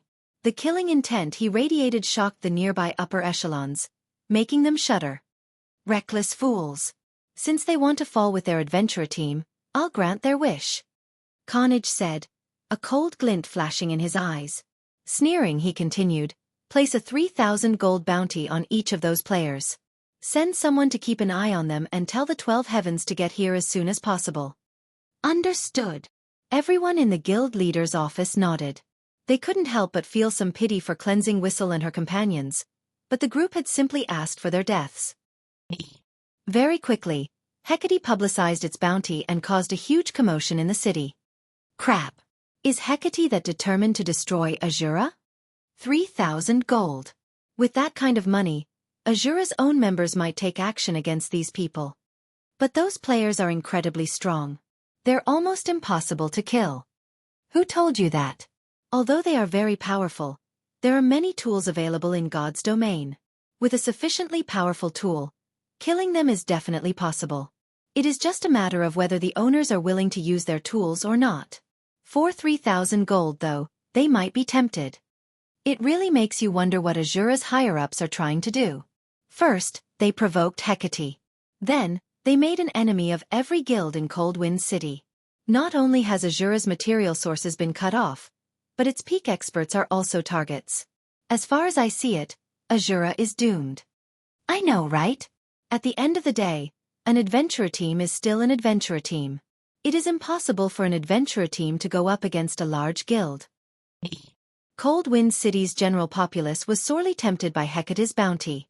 They wanted nothing more than to rush into Asura's residence and slay its experts. However, plenty of independent players pitted the Asura Adventurer team. If Asura hadn't set its eyes on Cold Wind City's authority, Hecate might have been powerless against the Adventurer team. Eventually, Asura might have even grown powerful enough to intimidate the various large guilds.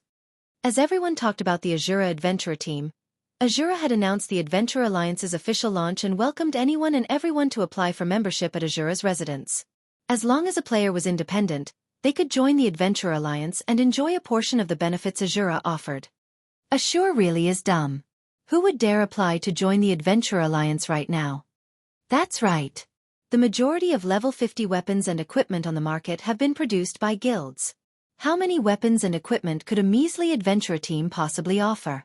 Only people who don't want to upgrade their weapons and equipment would join the Adventurer Alliance. The general populace showed no interest in Asura's announcement. In fact, many players did not want anything to do with the adventurer team now. Seeing this, the various guilds' upper echelons in Cold Wind City sneered at Asura and its members. Commander, even though we've announced the launch to the public, not a single player has shown interest in joining. Yenya expressed her frustration from her seat in Asura's residence. She had to admit that the various guild strategies had been very effective. It had utterly dissuaded any independent players from joining the Adventurer Alliance. All right then. I had wanted to show the guild some respect, but since they refused to accept my kindness, there's no need for me to hold back, Xueqi said, not particularly surprised by the situation. He then instructed, tell Solitary 9 to publicize the Adventurer Alliance's exchange list on the forums. Understood. I'll notify the Vice Commander right away. Yenya said, smiling. Excitedly, she contacted Solitary 9.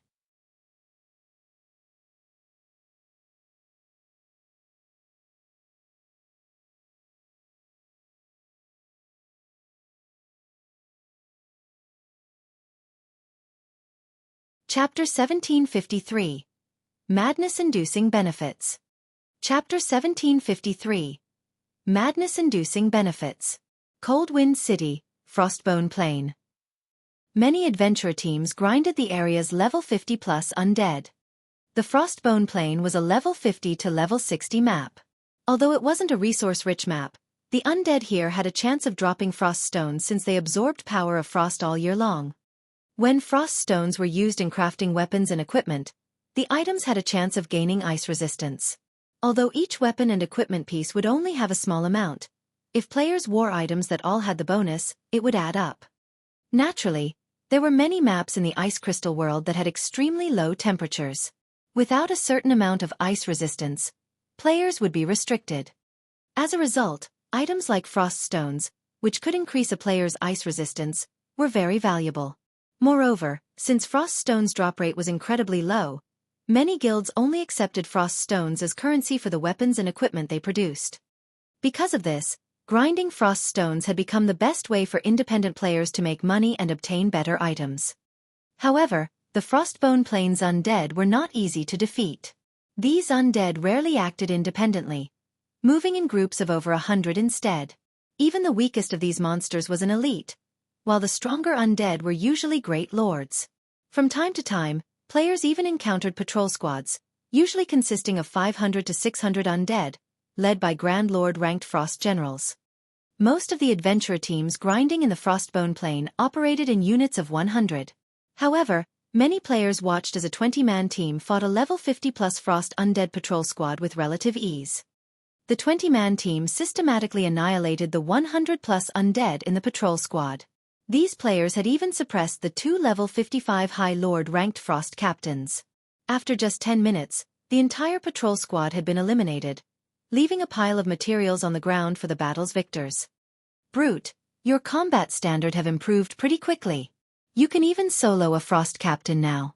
If you hadn't handled one of the frost captains, we might have had to flee, a level 51 shield warrior said, smiling at the level 52 guardian knight beside him. The guardian knight wielded a dark blue diamond shield in one hand and a crystalline axe in the other. I recently researched the war between Asura and Hecate and gained some insight from watching Asura's Solitary 9 and Dark Madness. Otherwise, I wouldn't have been able to tank the frost captain by myself, the guardian knight named Brute 7 responded excitedly. After this hunt, I should have enough materials to purchase a level 50 secret silver chest piece. Once I have that, I might be able to challenge a level 55 Great Lord.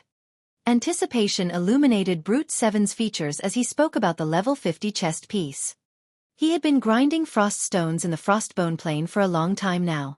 Once he had the chest piece, their adventurer team might be able to explore more of the map and challenge level 55 Great Lords. In the Ice Crystal world, materials drop rates drastically decreased after monsters hit level 50. Meanwhile, Great Lord rank acted like a dividing line for monsters. Not only would Great Lords drop more rare materials of high quality, but they also had a certain chance of dropping mysterious iron weapons and equipment. If their adventurer team could grind Great Lords, their income would increase significantly. The guilds are being too stingy right now. They're asking for several times more materials for each piece of secret silver equipment. Even now, I've only managed to collect half of the materials needed for a piece of secret silver equipment. It's a pity that our forger's standards are so low. Otherwise, we could craft our own level 50 secret silver equipment, the shield warrior said, slightly envious when he heard Brute 7's plan. Although their adventurer team had nurtured its own advanced forgers, their advanced forgers were weaker than those in the various guilds in both techniques and their tools. Their adventurer team's advanced forgers even struggled to craft level 50 mysterious iron equipment, not to mention secret silver rank. Yet, without good equipment, they couldn't challenge stronger monsters and obtain better resources. Only the various guilds' forgers could produce level 50 secret silver equipment, and because of that, these guilds demanded exorbitant prices for the items, leaving adventurer team players no choice but to provide these guilds cheap labor. As Brute 7's team rested and chatted amongst themselves, one of the team's members abruptly shouted in the team chat. "Guys, look at the forums. Asura just announced that it has officially established the Adventurer Alliance, stating that anyone who wants to join can apply at Asura's residence." TCH. So what? Although the Adventurer Alliance's members get to enjoy some of Asura's benefits, Asura is only an adventurer team. It can't compare to a guild. Who would possibly join the Adventurer Alliance now that the various guilds have singled Asura out? That's right. Since the guilds are the sole suppliers of level 50 secret silver weapons and equipment, only players who don't want to upgrade their items would consider joining the Adventurer Alliance. It really makes you wonder what Asura's upper echelons are thinking. They are actually trying to compete with the guilds for Cold Wind City. Isn't that just suicidal? None of the team's members showed any interest in joining the recently established Adventurer Alliance. They all thought that Asura's commander, Xueqi, was a fool. Despite his adventurer team's bright future, he had decided to ruin his players' prospects by competing for Cold Wind City. After these players chatted for some time, they discovered that the Asura adventurer team had posted a new announcement. Adventurer Alliance's benefit list. What? They're trying to lure people to join by posting their benefits? What is Asura playing at? Even if Asura offers good benefits, how could it possibly contend with the various guilds, which can produce level 50 secret silver equipment? But as these players clicked on the new post, preparing to laugh at Asura's foolishness, they were dumbfounded by what they saw. What's going on? Am I seeing things? Crap. This is amazing. Not even large guilds can offer this. Is Asura really an adventurer team? Everyone's eyes glowed as they read the benefit list the Adventurer Alliance offered. Even just looking at the offered benefits excited them greatly. The list contained a total of 3 benefits, the first of which regarded the purchase of weapons and equipment. The second involved the purchase of combat techniques. The third consisted of the rare materials and tools available for purchase. Meanwhile, players would only be able to buy these items with the Adventurer Alliance's internal points. These 3 benefits were incredibly tempting, especially when players read the list of weapons and equipment Asura had to offer. If Asura had only offered level 50 mysterious iron weapons and equipment, they might have viewed the adventurer team in a better light, nothing more. If the list included level 50 secret silver equipment, these players would assume that Asura planned to duke it out with the various guilds, and they'd consider the adventurer team a little more mad than they had expected. But there were level 50 fine gold weapons and equipment on that list. This was practically a dream. Level 50 fine gold equipment was as rare as a phoenix's feather, even in the various large guilds. Not even the guild's core members were guaranteed to get a piece, yet the Asura adventurer team was offering these items up for purchase. And that was only the tip of the iceberg. What truly dumbfounded Cold Wind City's players was the level 50 fine gold ranked magic light sets Asura offered. Not even Hecate, Cold Wind City's current #1 guild, likely had such equipment on hand, yet not only did Asura have these items, but the adventurer team was offering them to other players for exchange.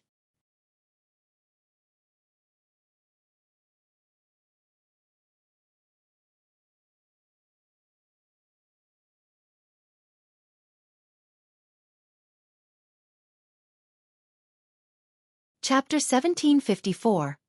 Nightmares Beginning. Chapter 1754. Nightmares Beginning. Shortly after the Adventurer Alliance's exchange benefits were published on the official forums, news of the post spread throughout Cold Wind City like the plague. Even the members of the various guilds of Cold Wind City turned green with envy when they read its contents. Level 50 Fine Gold Set Equipment. To the current guilds of Cold Wind City, such equipment only appeared in their dreams. Asura is too ruthless.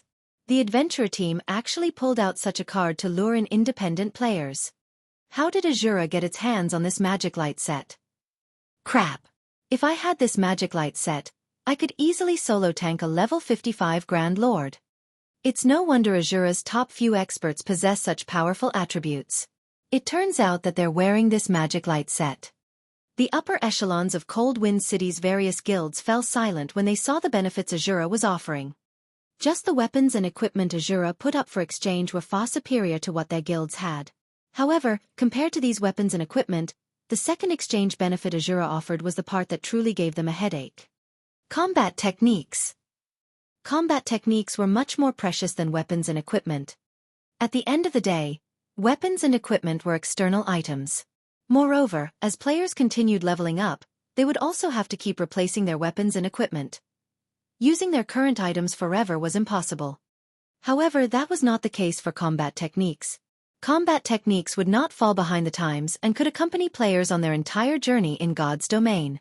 They provided improvements directly to a player's base combat power and thus were many times more valuable than weapons and equipment.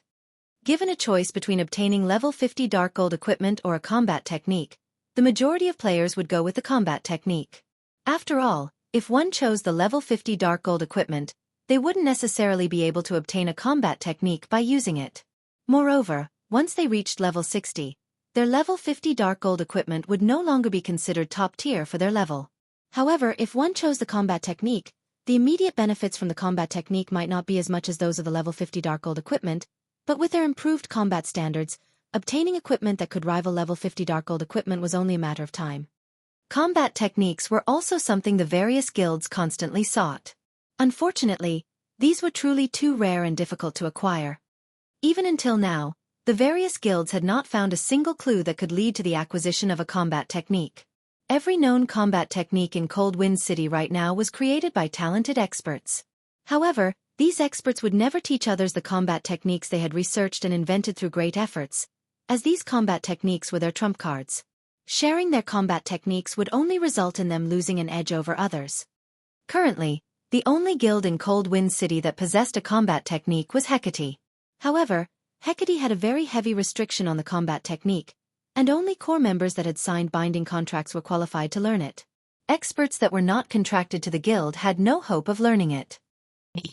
Meanwhile, inside Hecate's residence. Sitting inside the exquisite guild leader's office, Carnage read the exchange benefits of the Adventurer Alliance with an indescribably grim expression on his face, his eyes having turned bloodshot. The guild's upper echelon inside the room was similarly stupefied by Asura's forum post. Is this Asura adventurer team filled with lunatics? They're actually offering combat techniques for exchange? Are they not afraid that letting outsiders learn these combat techniques will hamper their adventurer team's development in the future? Everyone inside the room voiced their confusion over Asura's crazy behavior. They had never imagined that Asura would make such a bold move in order to obtain Cold Wind City. At this time, a level 52 ranger suddenly entered the room and reported to Carnage. Vice Guild Leader, I just received a report stating that a large number of elite players contracted to us have just dissolved their contracts. Currently, we have already lost over 1,000 contracted elite players, and this number is still steadily climbing. Have these people lost their minds? Dissolving their contracts means having to pay us 3 gold in compensation. The members of the upper echelon standing at the sides of the room were stupefied when they heard the ranger's words. Although the contracts Hecate signed with the independent players wishing to partner with it could be dissolved, the price to do so was very steep. 3 gold was a lot of money even to expert players, let alone elite players.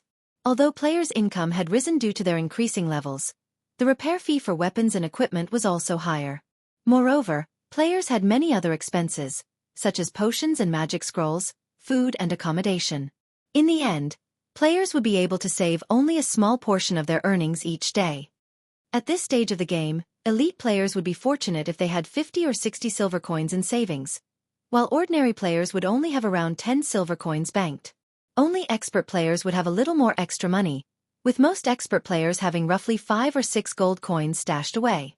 Hence, they had set the compensation fee at 3 gold, which was half of the liquid funds of an expert player. Yet now. Meanwhile, outside Asura's residence.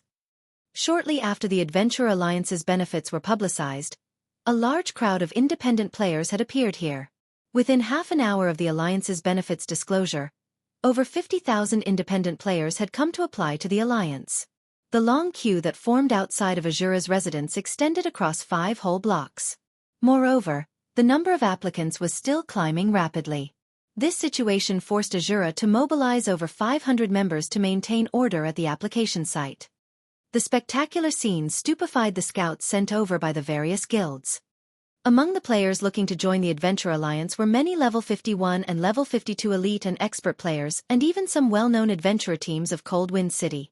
In fact, the scouts actually recognized some of those standing in line to be elite and expert members of various guilds.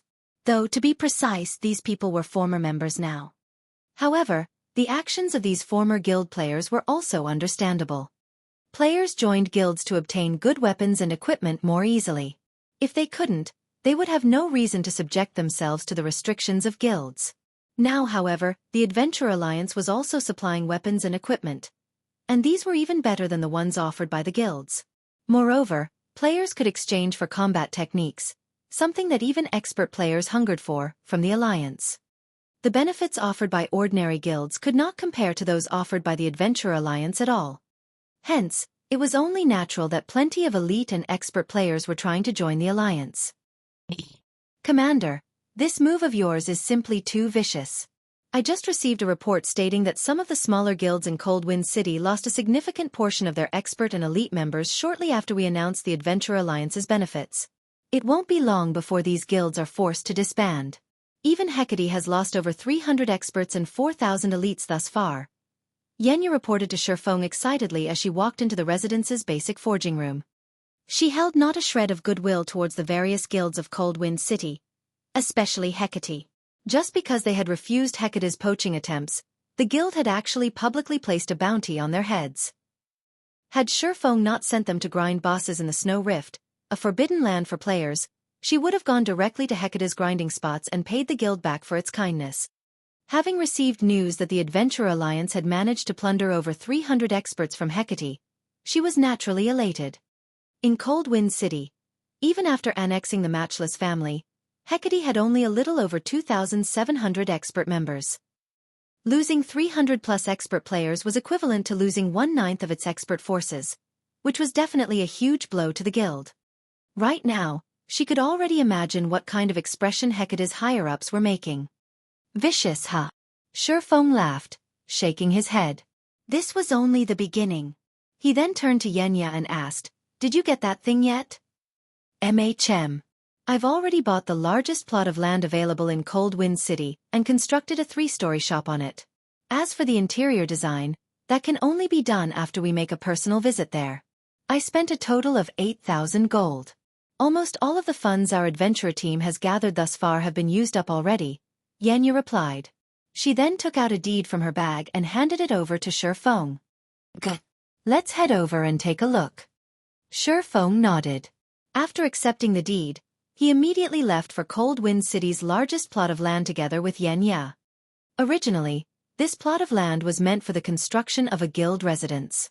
However, as its location was not very good and the land was quite costly as well, none of the guilds in Coldwind City had purchased it. This gave Xueqi a chance to take it for himself. Not bad. This should be large enough, Xueqi said, nodding in satisfaction as he arrived at the 3-story shop. Some independent players were already standing around the entrance of the shop, curiously eyeing the three-story building. In fact, let alone these passers-by, even Yan Ya, who was trailing Xueqi, was curious to find out why he had decided to buy a plot of land in this secluded area. Moreover, he had even wanted such a large shop to be built on it. If he really wished to set up a shop, the wise decision would have been to build one in the city's central district. Not to mention, even though they had built such a large shop, the Asura adventurer team did not possess that many items to sell. However, Xueqi did not bother explaining his decisions. Instead, he walked straight into the shop. Currently, the main hall of the shop was still empty. Xueqi also did not hurry to start the decoration process. Instead, he took out a large number of magic crystals and rare materials, then started drawing a magic array at the center of the hall. The magic array he was drawing right now was none other than the Starlight Gathering magic array, which he had gotten from the War God's temple some time ago. When activated, the magic array would create an enclosed space with a 500-yard radius and increase the mana density within it by 300%. As the materials needed to produce the magic array were extremely rare and the difficulty of drawing it was equivalent to drawing an advanced magic array, Xueqi had not bothered putting it to use until now. Recently though, Silverwing had managed to gather the necessary materials for the Starlight Gathering magic array. Hence, he decided to use the magic array in Cold Wind City. The reason for his decision was the dearth of locations with high mana density in the Ice Crystal world. In fact, the Ice Crystal world wasn't alone in this predicament. Practically every other world faced this problem. Only higher planes had many areas with high mana density. This was also the main reason why the combat standards of otherworld players were weak in general. Without environments of high mana density, players would have great difficulty improving themselves. If he wanted to truly raise the Asura adventurer team's strength, he could not just rely on weapons, equipment, and combat techniques. As for sending players to the continent of God's domain via the ancient shrine, the cost of doing so was simply prohibitive, way beyond the current means of Silverwing or Asura. Moreover, having more people cross over would increase the risk of exposure for the ancient shrine's secret. Hence, before coming to the Ice Crystal world, Xueqi had already decided to create a place similar to Stone Forest Town's battle arena in Cold Wind City. Finally, after spending over an hour, he was done engraving the Starlight Gathering magic array. The illusion of a dazzlingly beautiful galaxy then formed in the center of the hall. "Commander, what's this? It's so beautiful." Yenya was immediately captivated by the magic array. "What is this?" Xueqi smiled. "It's a new world." Saying so, Xueqi spent 500 magic crystals to activate the Starlight Gathering magic array.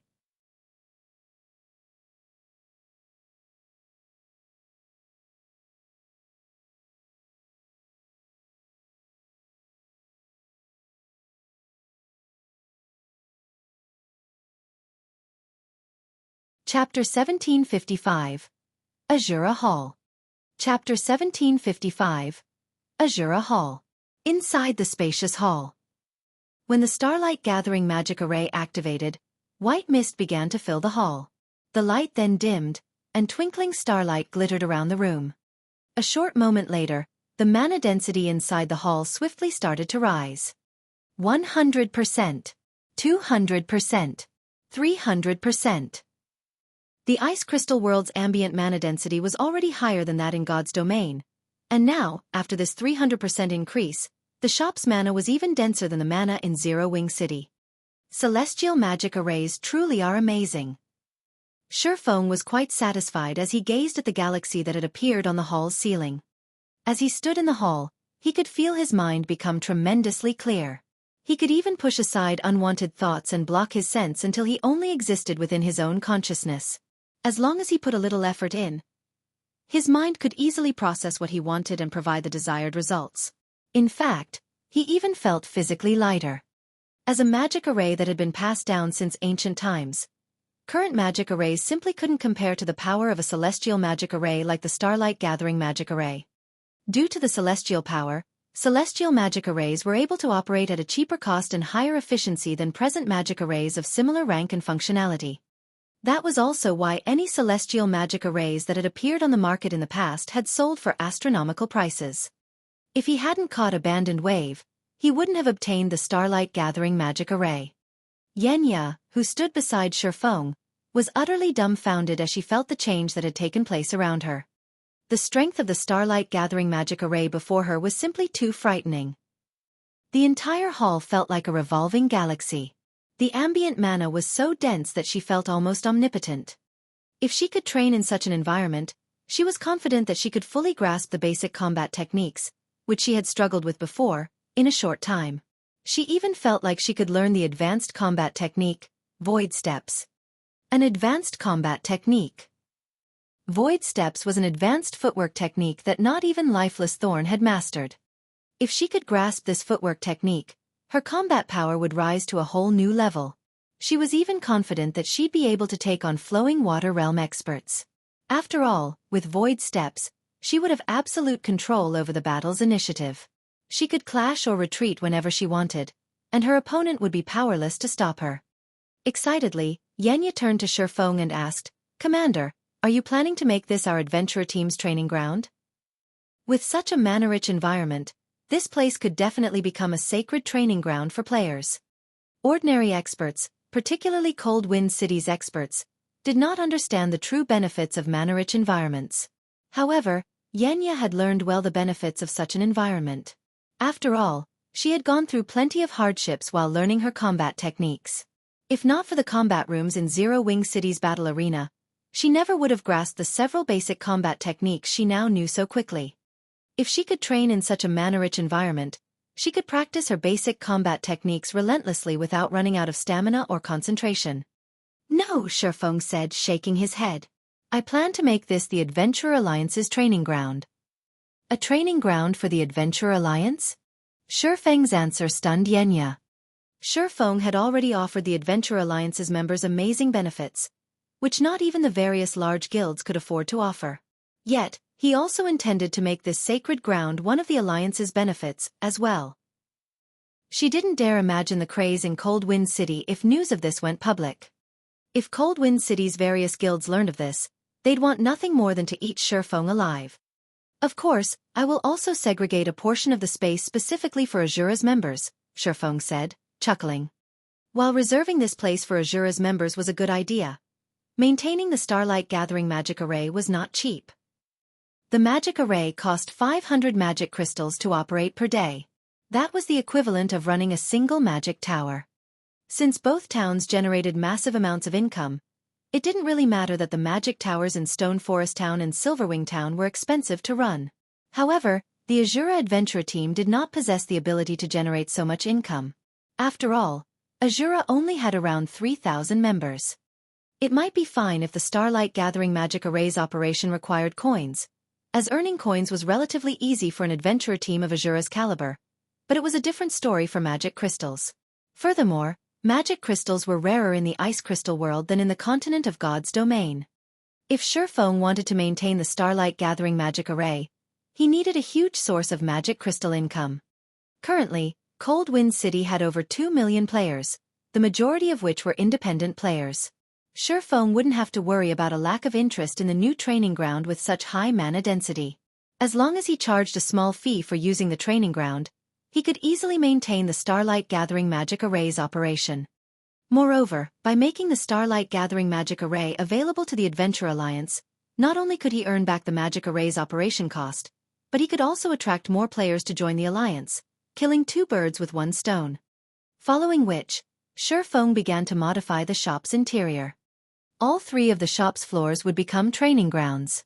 He also set aside some room on the first floor to establish a restaurant and bar for players to rest. Using the remaining space, he constructed a total of 270 training rooms, 50 of which would be reserved for the Asura Adventurer Team. However, although there were 220 training rooms left for the Adventure Alliance's members, considering how many members the Alliance had, Xueqi ensured that each Alliance member could only rent a training room for 1 hour per day if they paid with coins or Adventure Alliance points.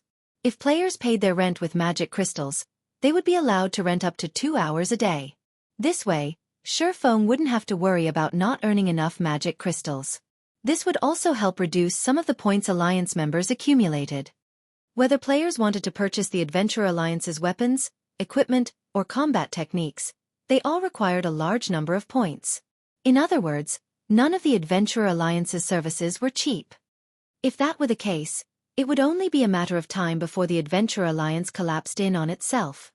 With the training ground absorbing some of the points the Alliance members accumulated normally, the Alliance's points would be more valuable and meaningful. After Xueqi finished arranging the training ground's layout, he made a trip to the Adventurers Association and hired 5 advanced NPCs and 100 basic NPCs to manage the training ground. This way, his players wouldn't have to waste their time with managing the building. Naturally, he set the training room's rent higher than the fee for Zero Wing City's battle arena. He decided on 5 silver coins worth of points per hour. This might be costly to ordinary players, but to elite players, who normally had 50 to 60 silver coins in their pockets, it was affordable. Besides, they could only rent the training rooms for 1 hour per day with points. If they paid in magic crystals, they'd only have to spend 10 silver coins per day. For expert players, this expenditure was pocket change. Commander, the only thing left to do is name the training ground. Then, we can open it to the public, Yenya said. As she looked at the dazzling training ground before her and watched the NPCs as they prepared to work, she couldn't help her growing excitement. A name? After giving the matter some thought, Xueqi said, "Let's call it Asura Hall then." His main goal in establishing this training ground was to strengthen the Asura Adventurer team. Now that that was done, he had to put Asura's name on it, letting everyone know about the Asura Adventurer team. Once Xueqi had stated his desired name for the establishment, the NPC managers engraved the name on a plaque on the building's entrance. The massive, golden engravings quickly caught the attention of the players passing by. Players could even see the words Asura Hall from a good distance away. Asura Hall. What's this place? It should be related to the Asura Adventurer team. It seems to be open already. Let's go in and have a look. After the Asura Hall opened, the passers-by curiously entered the building. They had seen all kinds of shops before, but this was the first time they had seen one with such an ambiguous name. Furthermore, the shop seemed to be related to the Asura Adventurer team.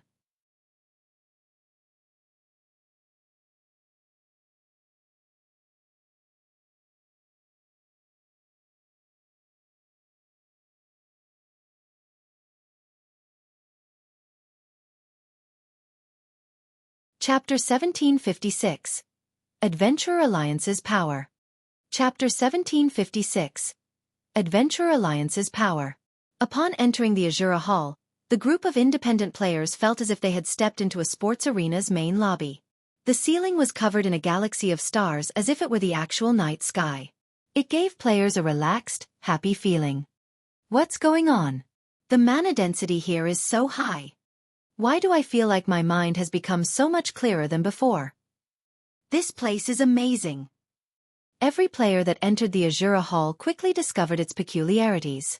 Not only did they feel calmer after entering the building, but they also felt physically lighter. They felt as if they could now accomplish tasks that had been impossible, and these players eagerly wanted to test themselves in battle in this environment. However, when these players saw the pricing list at the Asura Hall's front counter, their eyes nearly fell out of their sockets.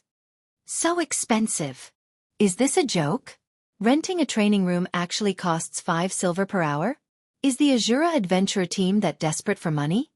Wait, that's not right. Only the Adventurer Alliance's members are allowed to rent training rooms. No one else has access. Just where has Asura gotten the confidence to impose such a restriction? Who would bother to rent a training room here, to begin with? Everyone's burning interested in the Asura Hall instantly froze after they saw the rental prices. Some players had even turned and left the building on the spot, not wanting to waste any more of their time with this place. As the first group of visitors left the Asura Hall, news of the establishment quickly spread throughout Cold Wind City, becoming the latest and hottest topic for discussion. Although many players had deemed that the Asura Hall's prices were too high, they were very interested in its mana-rich environment. Commander, although quite a few players have visited the Asura Hall, none have tried to rent a room. They all think that the price is too high. Why don't we lower the price slightly? Yenya suggested as she watched a group of players idle around the first-floor hall. No need to rush. We have plenty of time. Players will eventually discover the Asura Hall's true benefit, Xueqi said, smiling. He then continued, right now, we need to focus on collecting enough ice crystal fragments and soul-devouring flowers. I've already posted a purchase request for ice crystal fragments and soul-dissolving flowers in the Adventurer Alliance. Moreover, I've ensured that players who want to purchase level 50 fine gold equipment or the magic light set will have to use both CPs and a sufficient number of ice crystal fragments or soul-devouring flowers, Yenya said. Right now, a piece of level 50 fine gold equipment will require at least one ice crystal fragment. 4 level 50 fine gold weapons. Each will require 2 ice crystal fragments or 1 soul-dissolving flower. For the magic light set, players must contribute 12 ice crystal fragments or 6 soul-dissolving flowers. While you were designing the internal layout of the Asura Hall, we acquired 9 ice crystal fragments and 1 soul-dissolving flower through the Adventurer Alliance. I doubt it will be long before we have the required number of fragments and flowers. That quickly. Xueqi could not help his surprise when he heard Yenya's report. Ice crystal fragments only dropped from bosses in the Ice Crystal World's Forbidden Lands.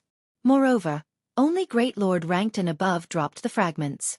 Even if he used Icarus's heart, obtaining an ice crystal fragment from each boss he killed wasn't guaranteed. The drop rate would be even worse for other players. The Adventurer Alliance had only established a few hours ago, yet it had already collected 9 ice crystal fragments and one of the super rare soul-dissolving flowers. The Alliance's material collection speed was astonishing. If the Adventurer Alliance were developed properly and attract hundreds of thousands of independent players from Coldwind City, the Alliance would beat any guild in the city when it came to collecting materials, aside from the items that dropped from team dungeons. As for guilds that tried to acquire the Adventurer Alliance's top-tier weapons and equipment or combat techniques by disguising their members as independent players, Xueqi did not particularly mind. Rather, he welcomed it. After all, the extraordinary items the Alliance offered required other items of considerable value, such as the ice crystal fragment and soul-dissolving flower, in trade.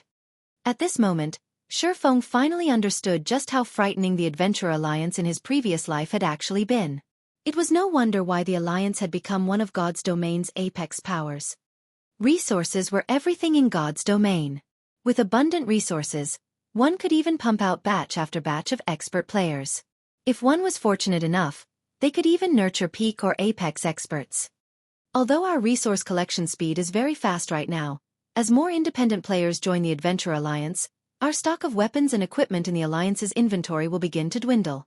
If we don't replenish the items soon, aside from the valuable items that require ice crystal fragments or soul-dissolving flowers, everything will be gone, Yenya said with a bitter smile. The Adventurer Alliance indeed possessed a frightening resource collection ability. However, the cost of maintaining this ability was also frightening. At this point, the weapons and equipment they had gained from killing Hecate's members before had already been purchased with rare materials. These materials flooded the Adventurer Alliance's warehouse, and nobody had any intentions of purchasing the items. The Adventurer Alliance earned its income of coins and resources by buying and selling items, earning the price difference. For example, it would purchase a particular rare material using 9 CPs and selling them for 10 CPs, making a profit of 1 CP between trades. However, the problem now was that nobody in Coldwind City wanted these rare materials. The Alliance was only gaining a mountain of rare materials that no one wanted while losing a bunch of weapons and equipment. You're right. Xueqi smiled after listening to Yenya's concerns, although the situation didn't surprise him. The Asura Adventurer team wasn't like Zero Wing, which had the support of the Candlelight trading firm. So long as the guild had rare materials, it could quickly turn those materials into products that various players needed. However, the Asura Adventurer team lacked this ability. Let's do it this way then. Have Solitary 9 bring a few assassins and load them up with rare materials. Then head to White River City and hand these materials to Melancholic Smile. We'll have Melancholic collect as much ice resistance equipment and items as possible and send the items back with the assassins. Meanwhile, I'll try to craft as many items as possible to cope with the Adventurer Alliance's current expenditure. While rare materials might not be particularly useful to adventurer teams, they were very valuable to the Candlelight trading firm. In Star Moon Kingdom, Candlelight had difficulty purchasing rare materials in bulk, and the prices for these materials were very high. However, the situation was the opposite in the Ice Crystal world.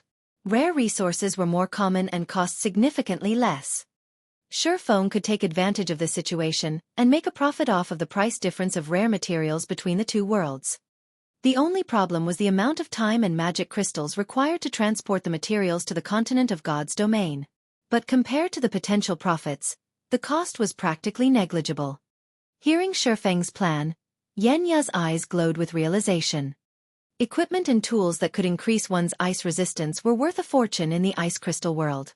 For example, level 50 mysterious iron equipment with ice resistance was worth 2 or 3 times more than equipment without ice resistance.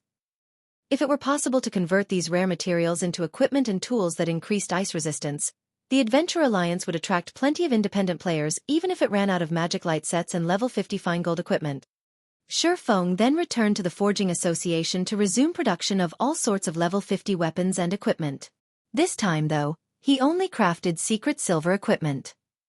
He left the level 50 mysterious iron equipment to the lifestyle players Asura nurtured internally. Meanwhile, Yenya contacted Solitary 9 and had him gather 9 assassins. After filling their bags with rare materials, Solitary 9 and the assassins disguised themselves and made their way to the ancient shrine before heading to White River City's candlelight trading firm. Time passed quickly. After working for around half a day, Xueqi had made 50-plus pieces of level 50 secret silver equipment with the rare materials the Adventure Alliance had acquired. During this time, his forging proficiency continuously increased. He also gained a lot of EXP. Now, he was at 41% of level 66. His leveling speed via forging was no slower than expert players' leveling speed. While Xueqi was in the midst of forging a piece of plate armor, Yenya sent him a message. The content was very simple. All 100 ice crystal fragments have been collected. The collection's done? Xueqi smiled as he read the message. It's about time that I pay the Countess a visit, then. You're tuning in to the Xueqi's Martial Arts Saga YouTube channel. Don't forget to subscribe and join us on this journey to catch the most captivating stories.